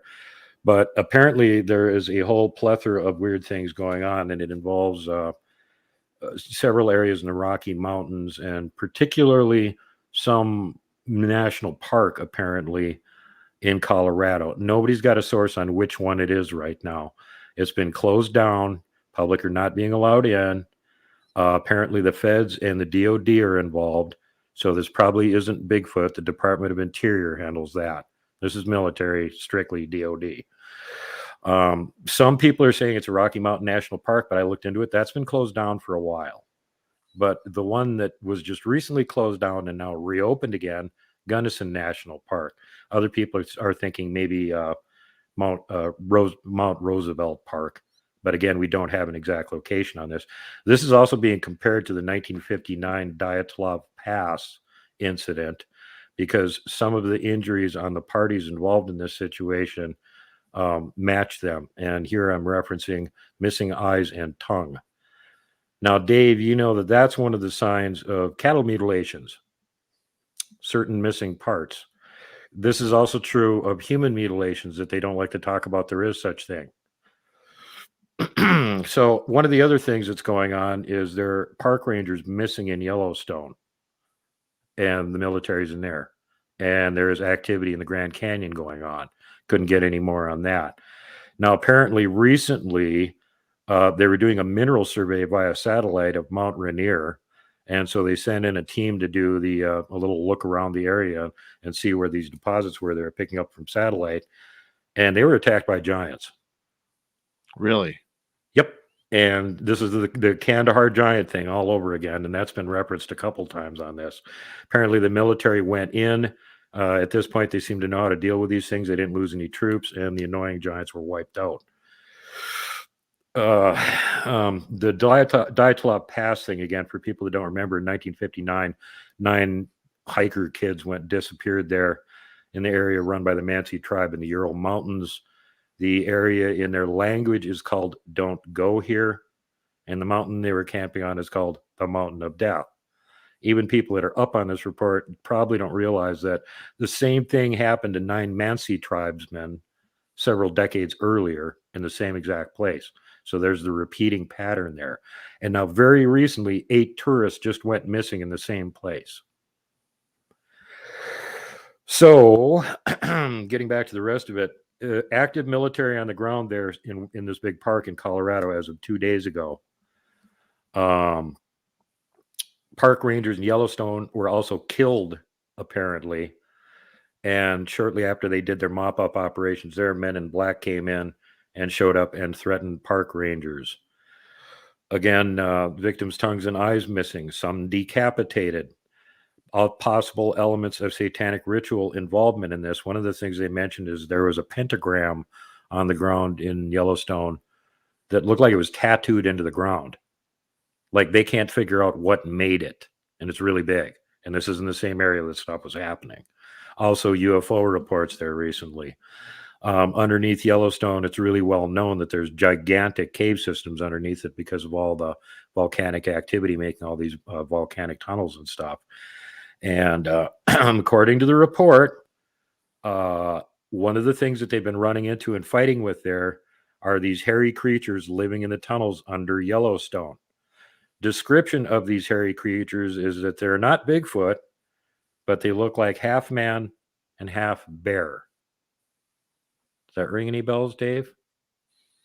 Half man, half bear. Yeah, in central Canada, they call the Gugwe the bear man. There's a hint. They also mentioned that apparently regular weapons don't work on these things, but things like swords and big knives and stuff seem to kill them. And that's what they used. This is coming out of a YouTube channel called Israeli News Live. And the actual video that they referenced this on is Americans ritualistically killed in U.S. parks. So, like I said, we got a bunch of places where weird stuff's happening on. Fighting with giants in Mount Rainier, something going on in the Grand Canyon that we're not being told about. A whole bunch of people missing, found dead in this one particular park in Colorado, all at the same time. So very, very disturbing. And they seem to think that there's a tie-in with satanic cults and UFOs and at least a couple different kinds of cryptids that are also involved in this. So yeah, extremely disturbing. And as far as I know, the park, if it is actually Gunnison, just opened today again. So that would indicate they've neutralized whatever threat is there. Wow. That's pretty heavy.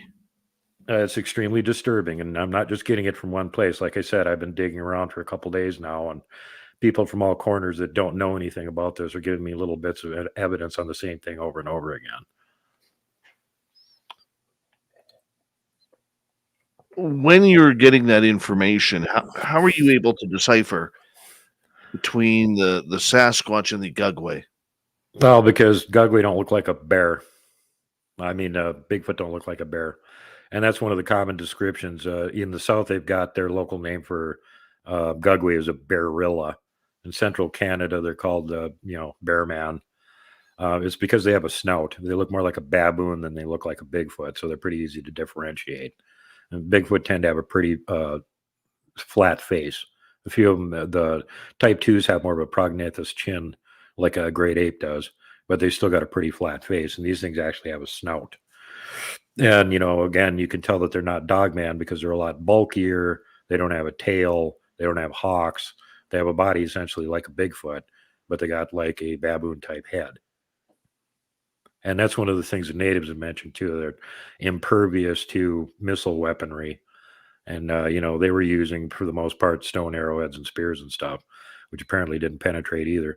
But for whatever peculiar reason, daggers, swords, battle axes, things made of steel apparently do work, which is also a tie-in with the Fae, who are like poisoned and can't get past iron, but just about anything else doesn't affect them.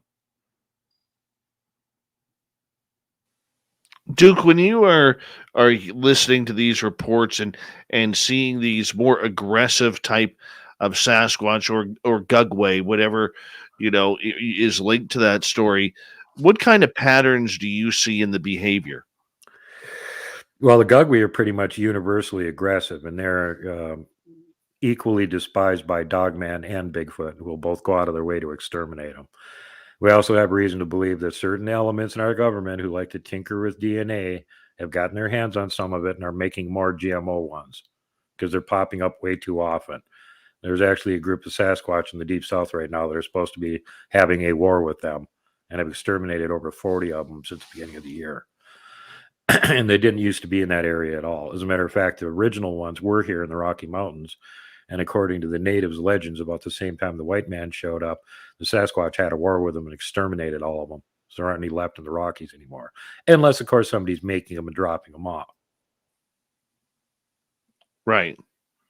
Okay. So are there certain areas or territories that are more violent than the others. I'm thinking, Mount St. Helens with Ape Canyon would be one. Maybe, where the Rougarou and the Sasquatch meet somewhere in New Orleans there. That would be another.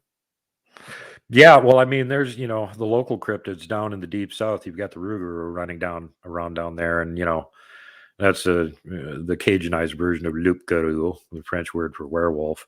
So is a werewolf and a dogman the same thing? Well, no, but from their casual observation, they probably thought it was, so they use that name for it. Are they talking about a gugwe there? Well, again, probably not. Although that's one of the problems, because people that don't know anything about cryptids, like they don't even know Bigfoot exists, they see something weird like that. Well, it must be a Bigfoot, because what else have they got to default to? Down in the deep south, they see something that looks upright, canid looking. Well, it's a werewolf, because they've legends of that culturally going back to Europe from when they came over. But as far as the gugwe thing goes, it seemed like for a long time there weren't really any of them left anymore. Apparently, the Sasquatch are pretty thorough at exterminating them, and now the things are starting to pop up again, which is how I got on this whole thing years ago, because I was trying to figure out what I saw when I was a kid, 10 years old in Minnesota. Description did not match a Bigfoot, but it does match a gugwe. So that's how I got interested in it. And about 7 years ago, I went public with it. Hey, guys, there's this other weird cryptid out there that's really freaking dangerous. And then the other researchers started listening and started checking it out in their area. Several of them have seen them or photographed them, and they didn't used to be in their areas. Now they're starting to show up all over the place. So again, what's causing that? And even the presumed to be highly dangerous cryptids like Dogman and Bigfoot apparently don't get along with them either. They just try and rub them out when they get near.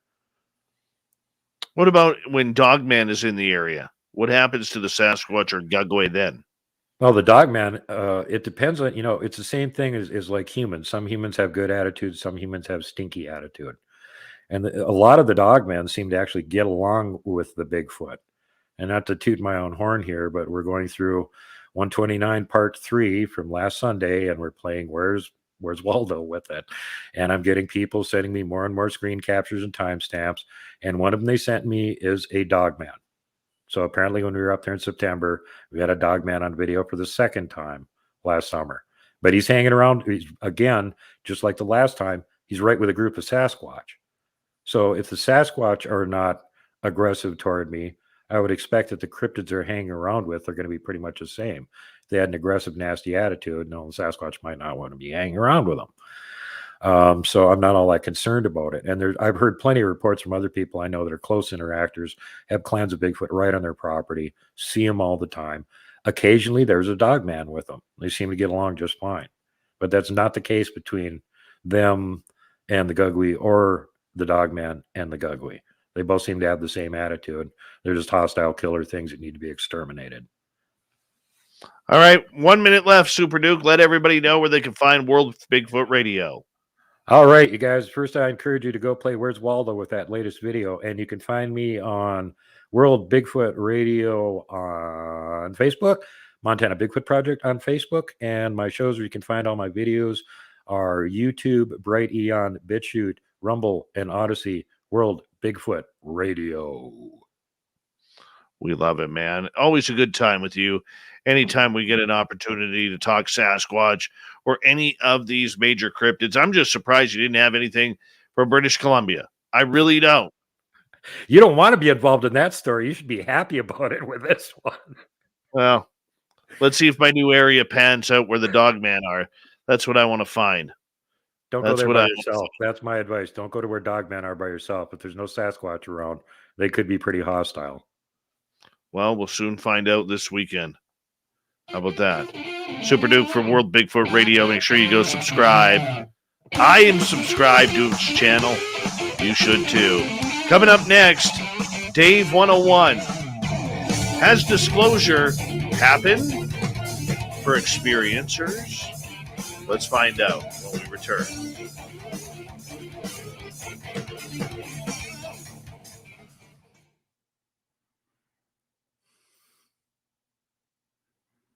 All right, Super Duke.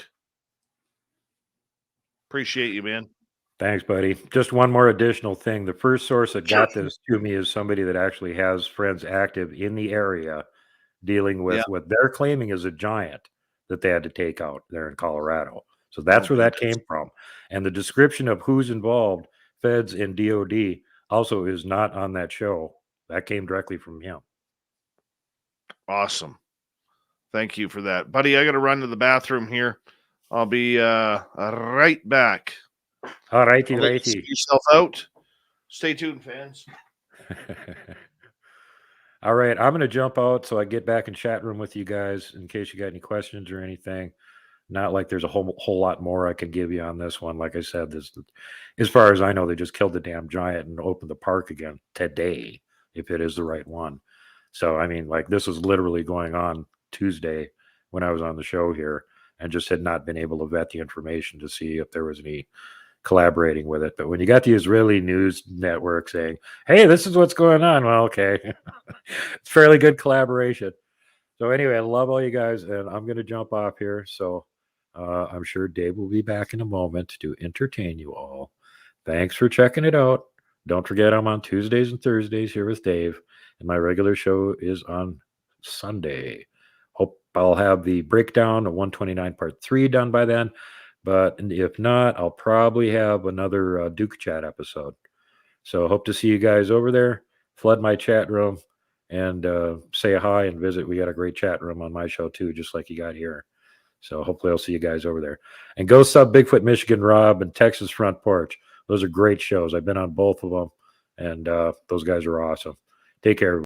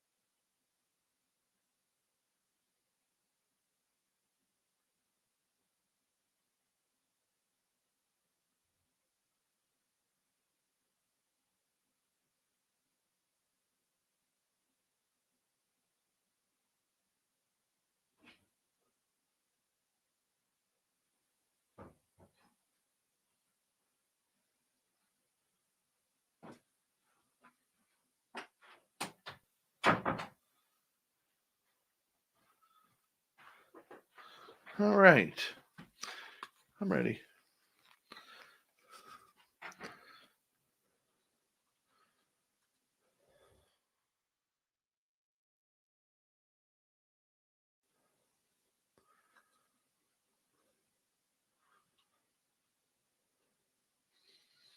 I want to say a big thank you to Cat Chaser ×3, Christina ×2, Sugar Britches, Kira, Rex, Steve, and Nikki for the amazing super chats tonight. Very much appreciate the love and support of Spaced Out Radio. Thank you to all the veterans tuning on in. We love you here. You always have a safe home in our chat rooms, and all our regulars out there. Thank you for making this another exciting night of Spaced Out Radio. We're going to get going here in about 5 seconds.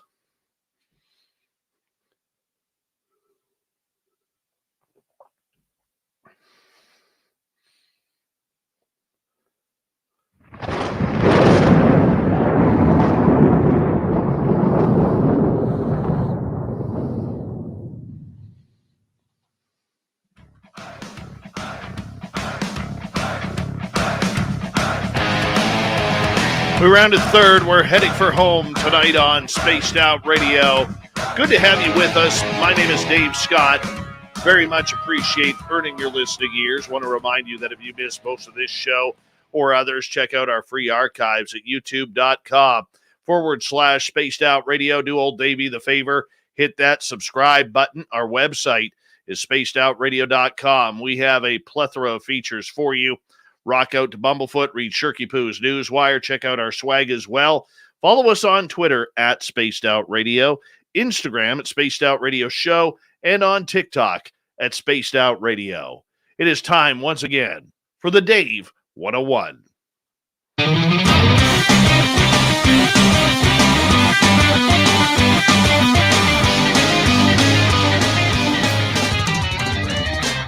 time for Dave 101.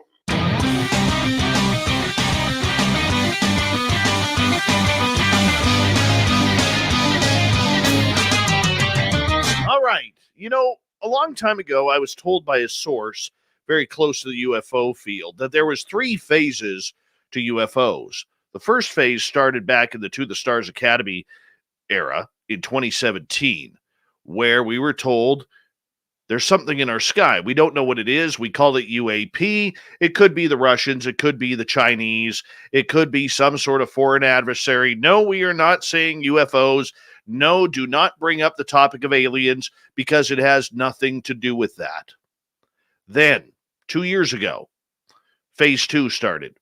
That's when we started hearing, well, maybe it isn't the Chinese. Maybe it's not the Russians. Maybe it is not any foreign adversary. In fact, we don't know where these craft are coming from. We don't know where these Tic Tacs are just coming out of thin air, flying at 80,000 feet per second. All right? We don't know this, but we know it's not man-made. Now, my sources told me that phase 3 was still 3 to 5 years away. What's phase 3, you ask? Well, that's the introduction to extraterrestrials. Over the last number of months, we've talked about this on the show, where all of a sudden, out of nowhere, the Pentagon mentioned the word extraterrestrial. Then, not even 2 weeks later, we heard the word extraterrestrial coming out of the mouth of NASA's Bill Nelson. We've also heard people like Chris Mellon talk about ETs. We've heard Luis Elizondo talk about ETs. We've heard Avi Loeb talk about extraterrestrial technology. And recently, Chris Mellon and Jim Semivan coming up and talking about his experience with his wife in being abducted. Phase 3 has begun. But where it finally solidified, and this may be a link to further disclosure, was in an article that a good journalist picked out coming out of the DIRDS report, the 1,500 pages that came out. Okay? Now, thank God a reporter named Emma Perry for the U.S. Sun was actually paying attention. Why? Because in this latest report, they talked about military people having everything from headaches, loss of hair, fevers, nightmares, nosebleeds, burnt skin, heart palpitations, and other health situations regarding anomalous encounters with UAP. Look, for years, the experiencers have been crying about this. This is not new news, but what it is is that the Pentagon maybe accidentally released this. Why? We don't know. I'll quote the story.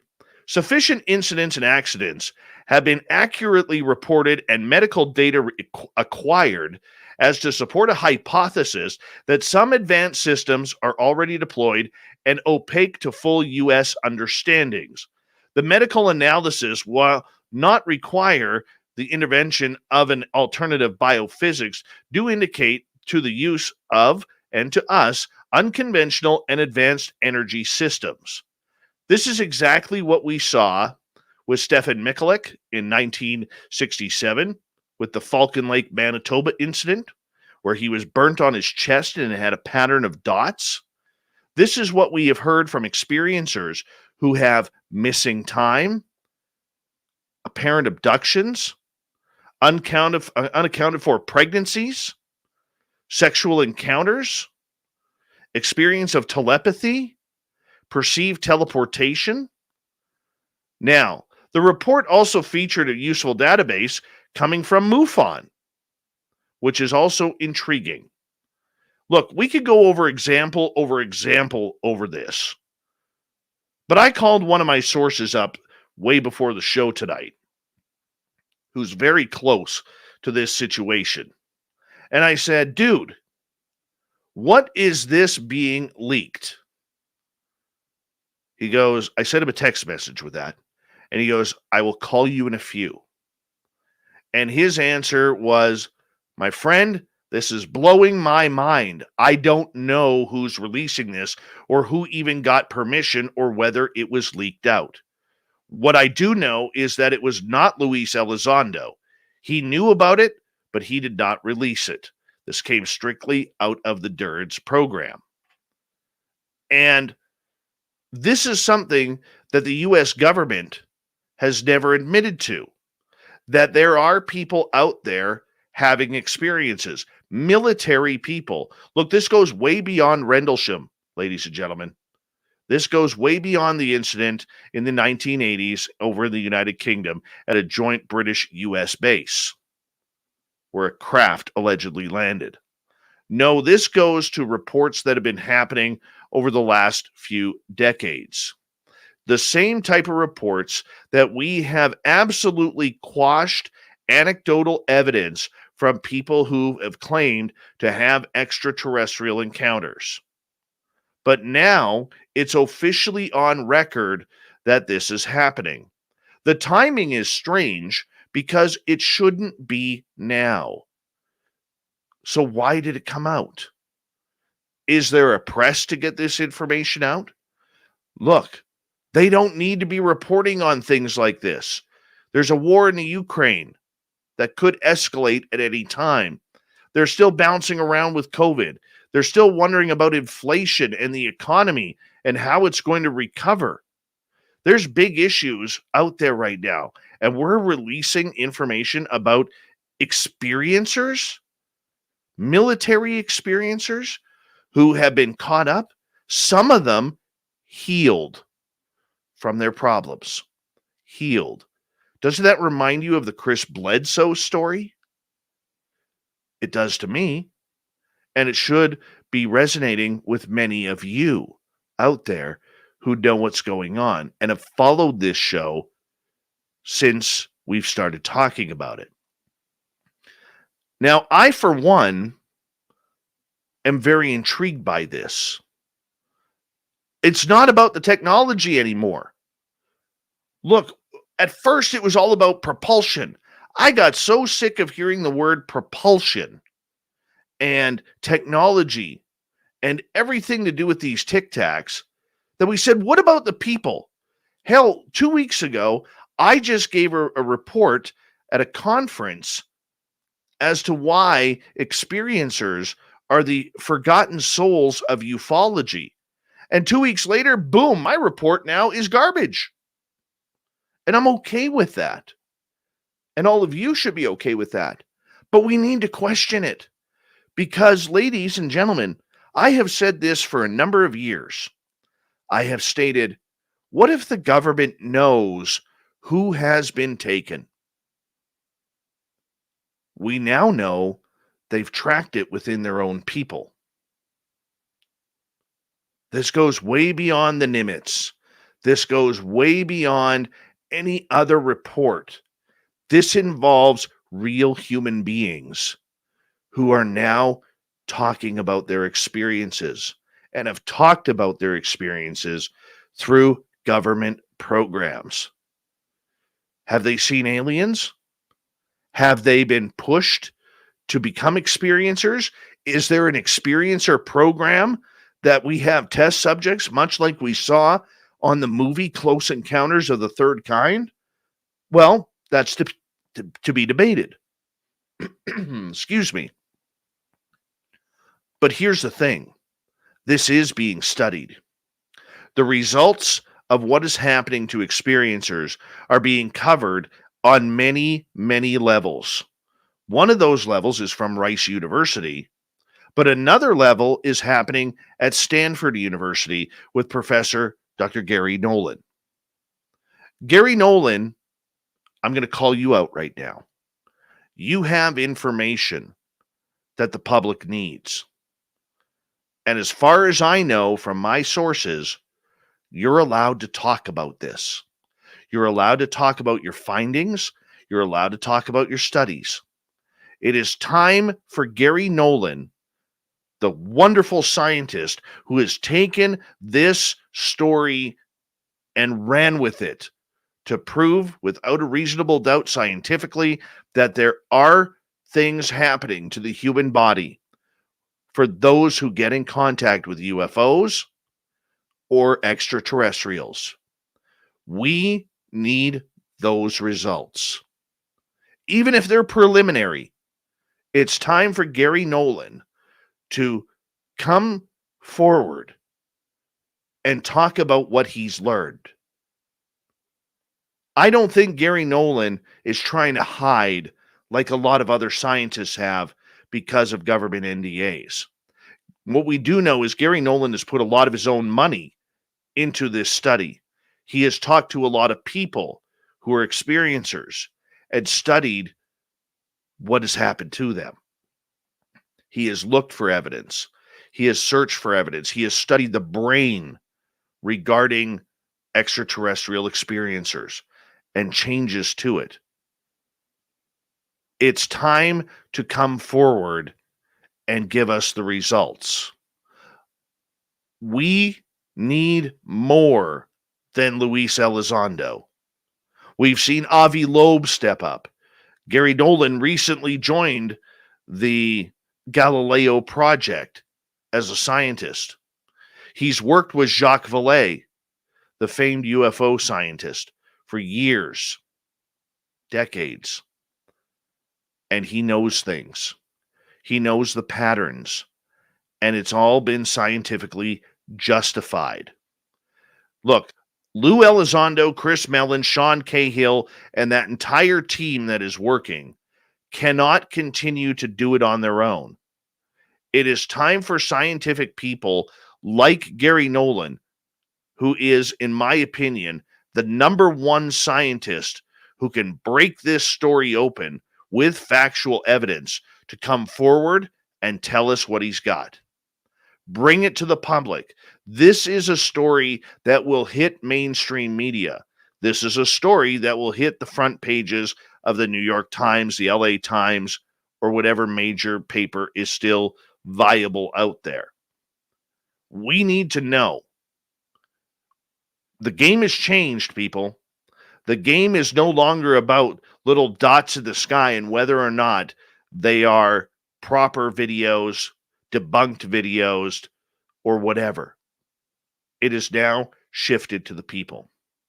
And whether or not we want to admit that those people who are in this news article, thanks to the Dirge report, are military or not, or some sort of government official, in the end, they are still human beings who have had some sort of extraterrestrial contact. This is a whole different ballgame that all of us should be very aware of. Because while certain people are playing looky-loo up in the sky, trying to find anything that moves that could be a satellite or could be a UFO or a meteor or space junk, we are now dealing with the effects of humanity. That immediately tells me that disclosure is close. Maybe not the disclosure we want, where they're going to bare all and get naked with the subject. Not going to happen. But we're getting closer to where we need to be. We're now involving people. First, it'll be the military, then it will be others. But Gary Nolan has to step up and tell us what he knows. He's a good man. He's a smart man. He knows what he's doing.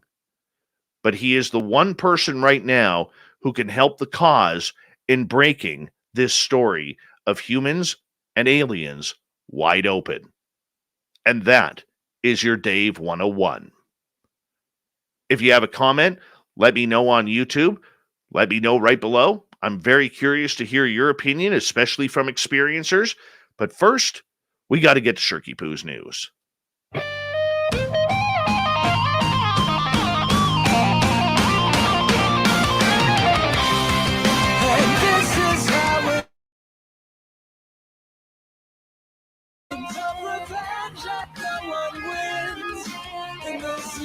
All right, let's see what Shirky Poo has for us tonight. Here's a weird one. A prospective juror for the sentencing trial of the Parkland school shooter has asked the judge to dismiss her from duty because she is too busy juggling her husband and her sugar daddy. Only in Florida. Jury selection began Monday in the penalty phase of the trial of Nicholas Cruz, who killed 17 students and staff at Marjorie Stoneman Douglas High School when he was once a student there on Valentine's Day in 2018. The selected jurors will determine whether Cruz will receive the death penalty or face life in prison for one of the deadliest school shootings in U.S. history. During the proceedings, Circuit Judge Elizabeth Scherer asked if she had missed anyone with concerns or questions, according to a courtroom video.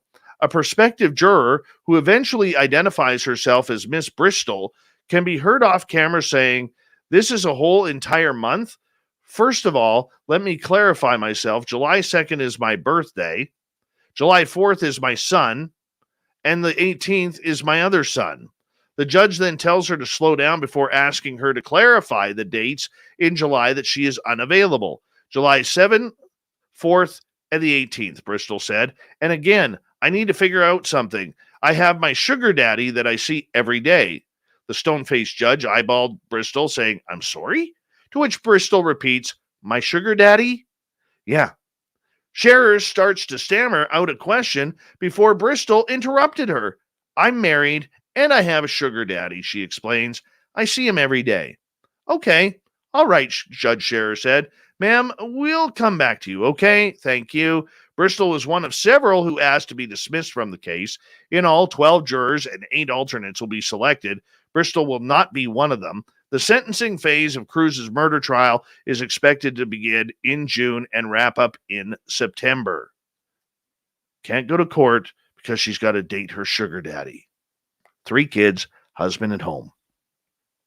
Open marriage, I guess. A man freaked out after submitting his STI results instead of his cover letter in an application for his dream job. Yep, Jacques Paul had been job hunting for around 18 months when at last an exciting opportunity arose in a digital marketing role at a big consulting firm. The 27-year-old duly spent hours filling out the application and putting his best self forward. But it was only after hitting the submit button that he realized his crucial error. You get an email confirmation of your application, and it said to log in to see the status, to which he did.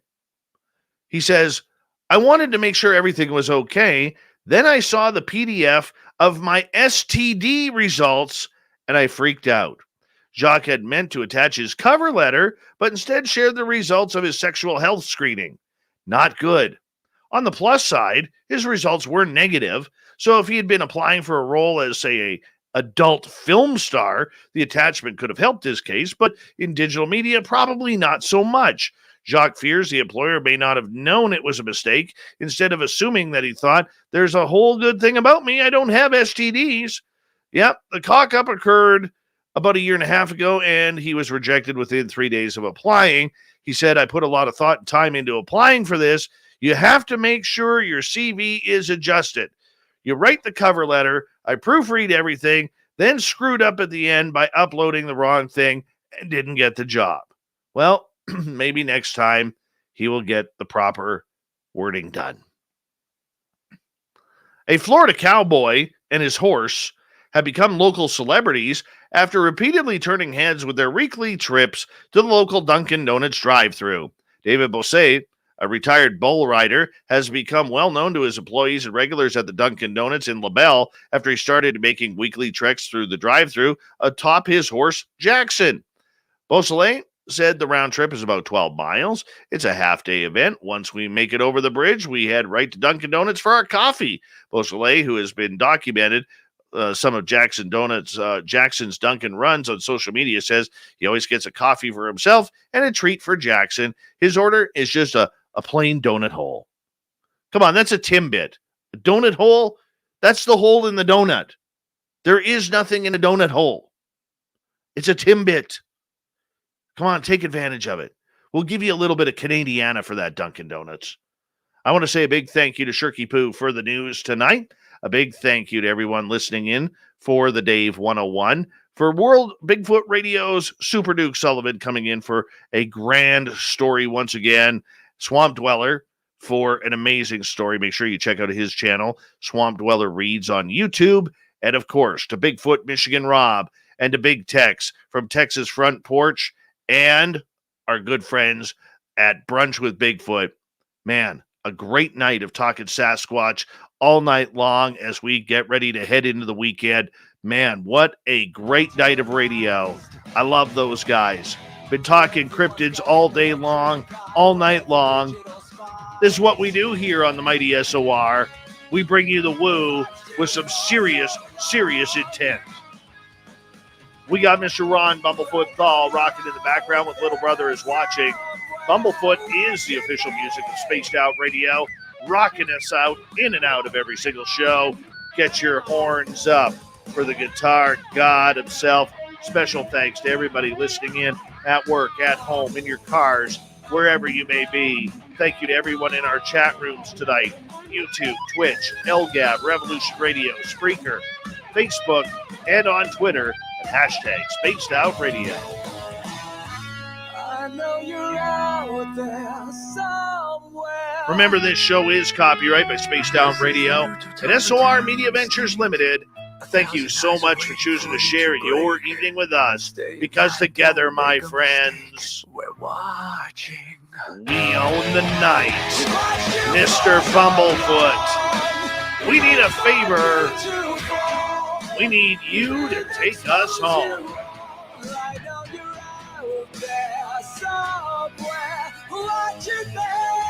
Yes, the Woo Train has docked for the night. But soon, my friends, we shall ride again. Your seats are always available. Your tickets never expire. And if you want to bring a friend, we've got room for them too. Good night.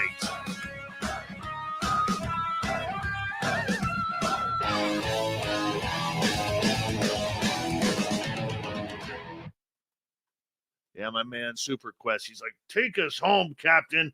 Take us home, you son of a bitch, I tell you. Just grab them horns and take us home, you jerk. Oh, yeah, I could see him now. Hi, Bombshell Bomber. Mitchell, darling. How are you? The gorgeous and talented Teresa, who will be in Las Vegas in 2 weeks' time. Oh, I may have a surprise for all of you going to Vegas. And I can't say a thing right now because it's not confirmed. Want to. Trust me. I want to. But I can't. You're going to have to wait and see, because apparently I'm going to have to wait and see. Mm-hmm. Mm-hmm. Mm-hmm. Mm-hmm. I know. I know.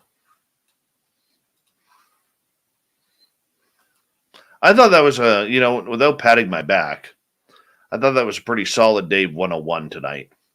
I was pumped up to give that one. No, it's not Jeremy Corbell.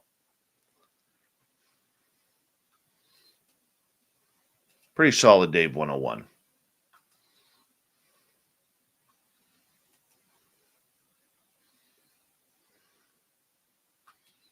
Give me 2 seconds here, my friends.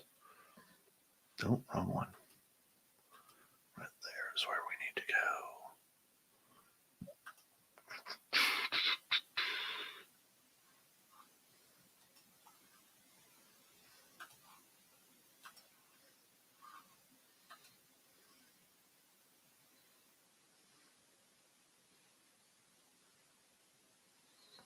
Oh, there we go.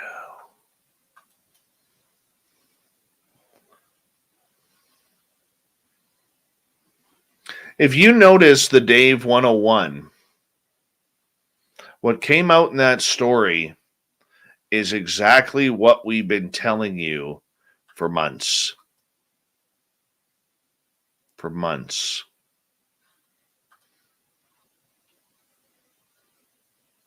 Hi, gorgeous Liliopatra. I'm not shaving my head. My hair is too beautiful, although it is hot right now. It's warm in here. Mitchell, darling, how are you?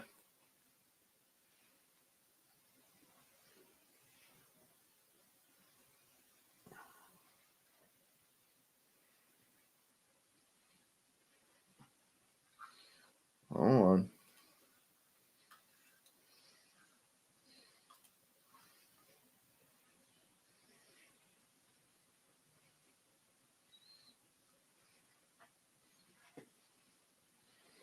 We may have a special guest in Vegas. And if this person arrives, you're going to want to get a lot of pictures with them. Dogface boy, it's not even 23 here. What's the temperature? Right now, outside the studio, it is 10 degrees Celsius, 50 degrees Fahrenheit, and I am sweating like a pig. Sweating like a pig right now.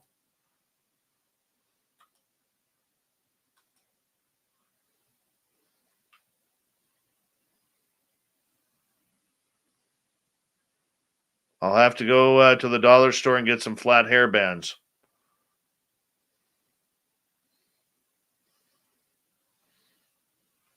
"23 degrees is hot, though.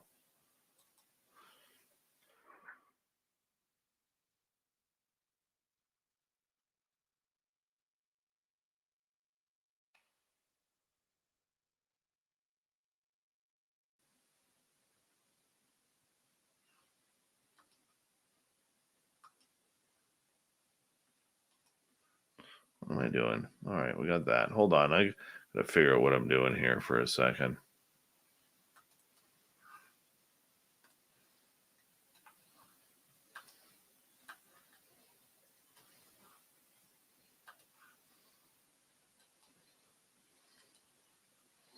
All right. There we go. Yeah, 10 degrees, man. Sweating like a pig. Got to go run in some snow in order to cool down. I will have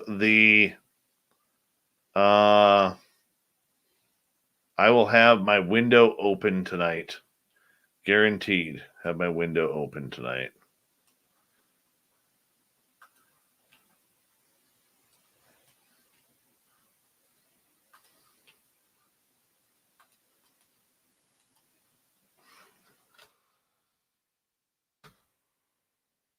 George Knapp should be there. I'm expecting George Knapp to be there. But that's not it. You got to come to Vegas to find out, people. And those of you who don't come, you're going to be very jealous if this person arrives. Yeah, Bigfoot Michigan Rob will be signing autographs at the pawn shop. The best he can do is 2 per person.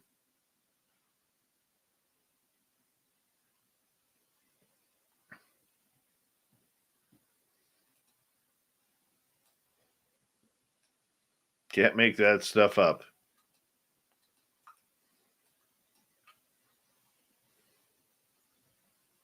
Well, Liliopatra, you got to come back. 2 weeks. 2 weeks. Diesel Girl, you get it. Sleeping in the cold is wonderful. Always having the cold side of the pillow, it's fantastic. And you're a Lower Mainlander.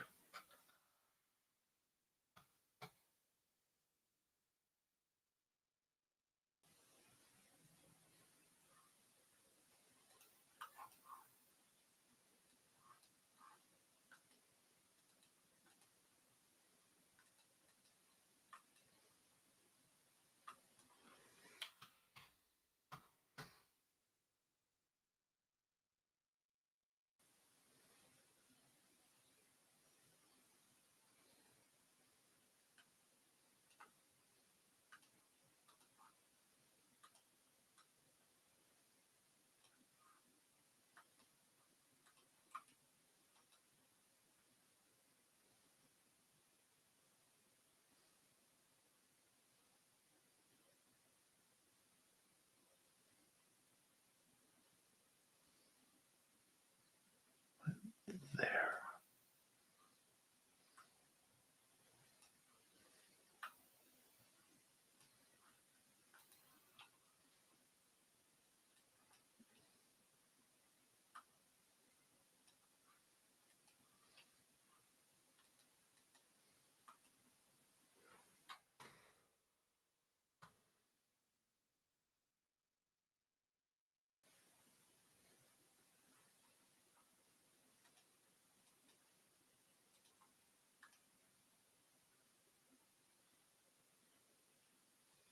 I know you do, Super Duke. I know. Joe, just hop in the vehicle and drive.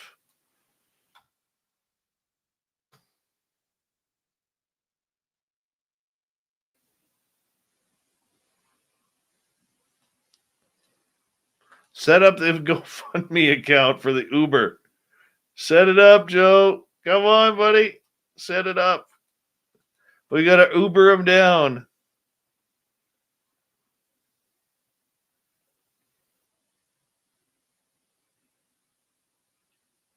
Body Tech, we want you there.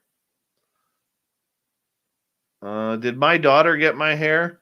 Yes. Yes, she did. And she hates me every day for it. She's like, why couldn't I get my mom's hair? I'm like, I don't know. I said, the idea was for you to get your mom's hair, your mom's nose, and my feet. And instead, she got her mom's skis, my nose, and my hair. Went completely opposite.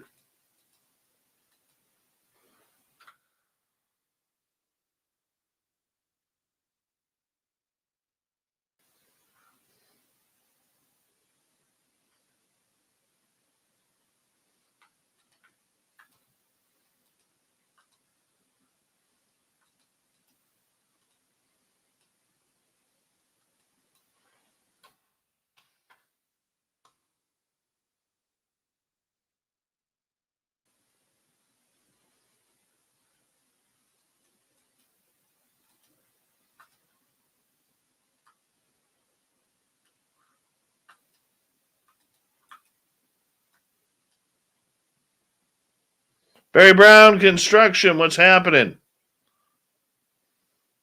Hi, Nikki. How are you?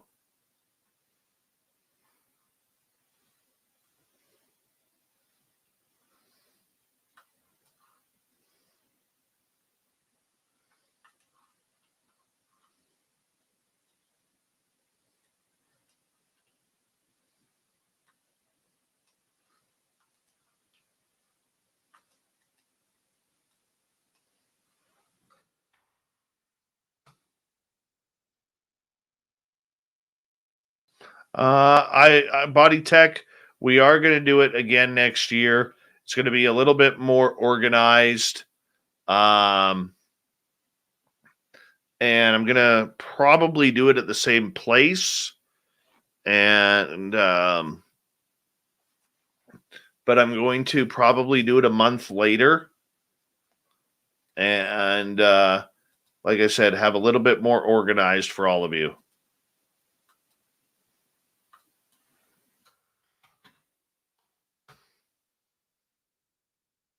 Next year might be a one-day conference. A one-day conference. Not a lot of speakers. We're not going to jam people in. All right. But we're not going to do, I'm thinking we're not going to do a conference, but what we will do is a Q&A with all of you. So I'll bring in, I'm thinking next year we'll bring in some special guests, and we're not going to get them up there to speak, so to speak. Okay, like not give a presentation, but what we'll do is we'll kind of make it like one of those talks where you see people on stage on like couches or lounge chairs, and then we just have a conversation, and then we open it up to you guys, and you guys get to ask all the questions. I think that's what we're going to do.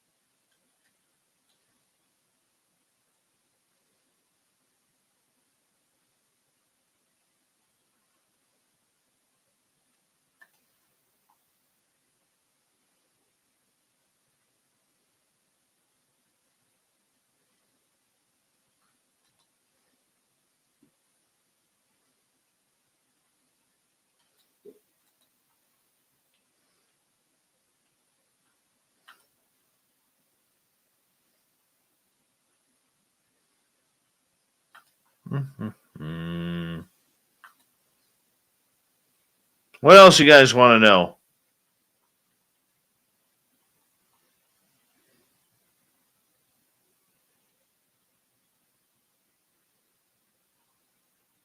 Who is Watch with Wayne?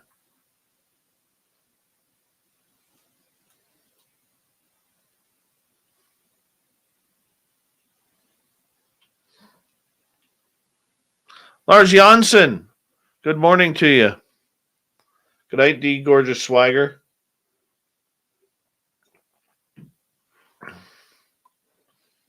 I am pumped up for Vegas right now. 2 weeks tonight. 2 weeks tonight. I will be, let's see, midnight right about now. I will be preparing to have that first drink with Nicole Sasquatch because she comes in late on Thursday.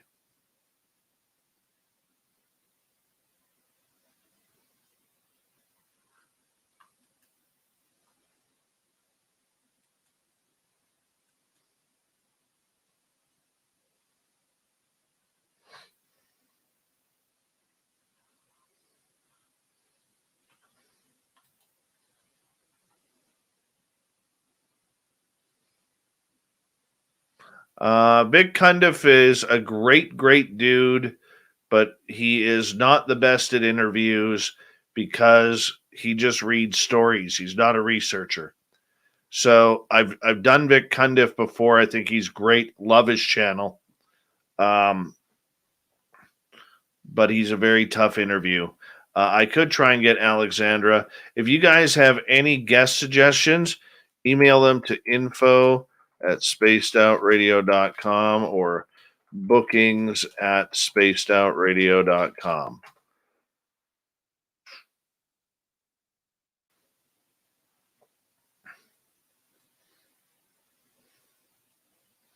Will I play blackjack? I'll probably play a little. Mostly going to gamble at the poker table. We're going to try and get a special SOR tournament going too.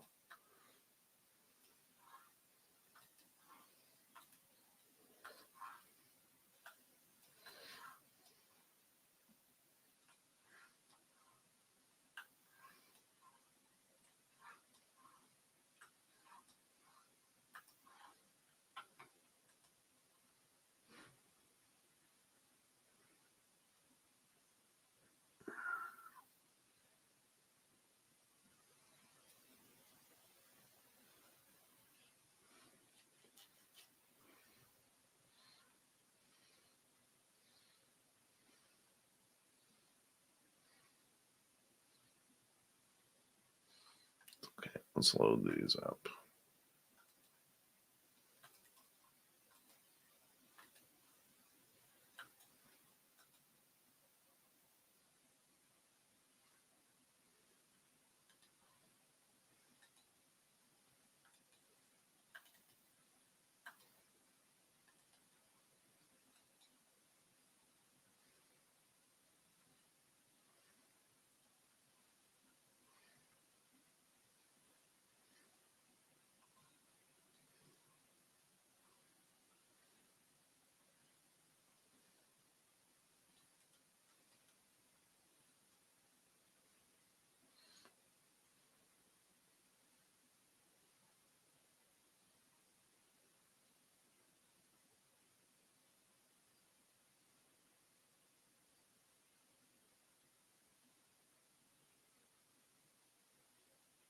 Why visible, Iliopatra?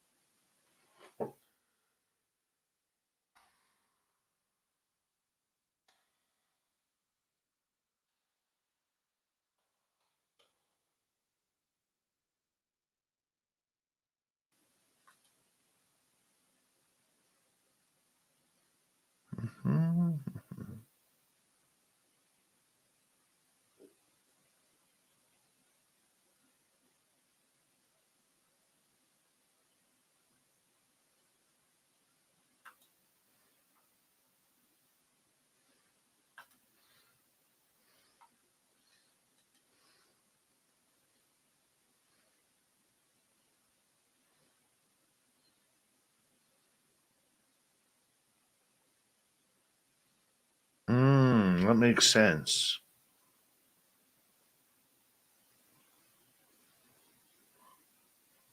Bigfoot, Michigan, Rob. I will not tell you that answer. You're going to have to find out the hard way. Hey, gorgeous Larry, how you doing? Yeah, Bigfoot, Michigan, Rob. You're going to have to find out the hard way.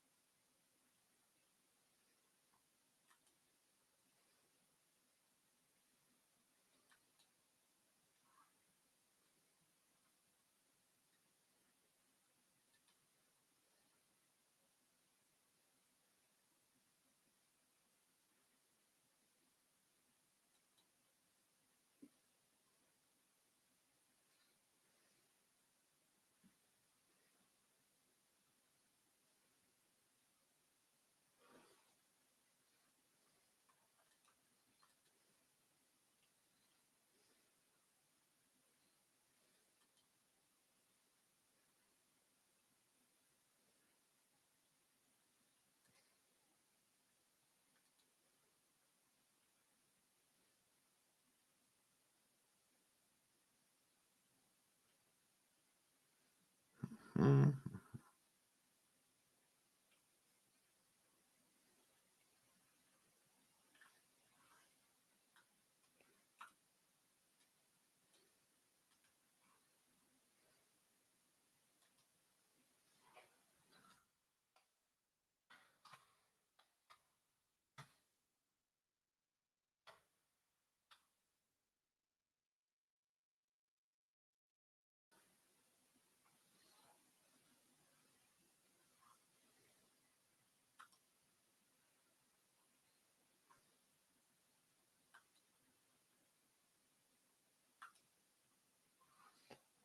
Let's get these done.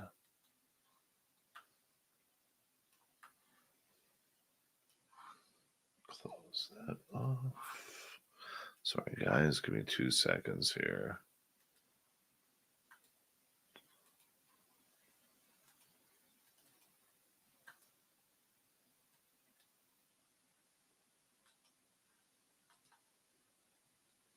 That's done. That's done.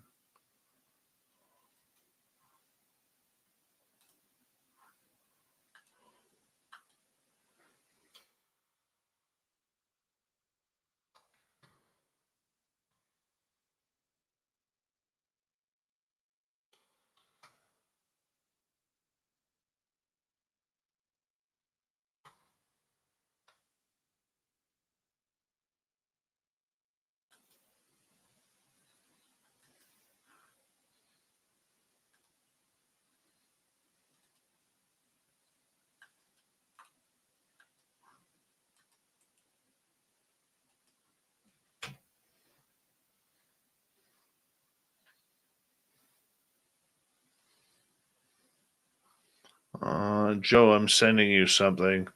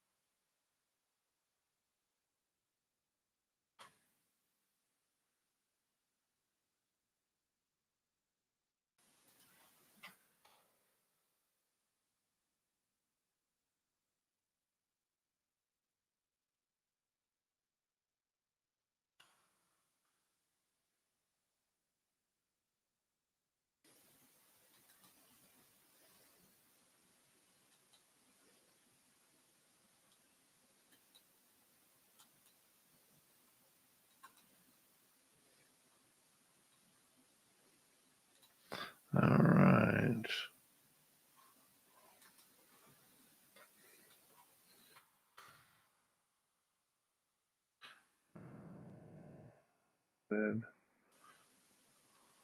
Sorry, guys. I'm just trying to do like a bunch of things at once here.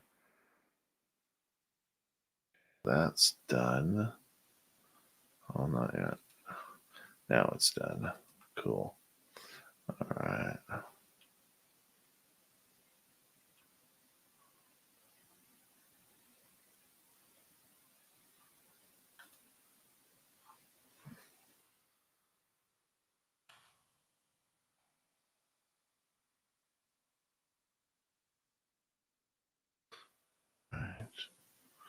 Where are we here?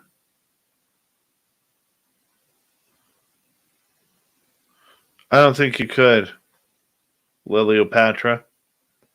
Hey, Peter, how you doing, man? I'm gonna take your socks, Rob. After I take your goatee, I'm gonna take your socks. You would like a 2-7 offsuit, you dirty bastard.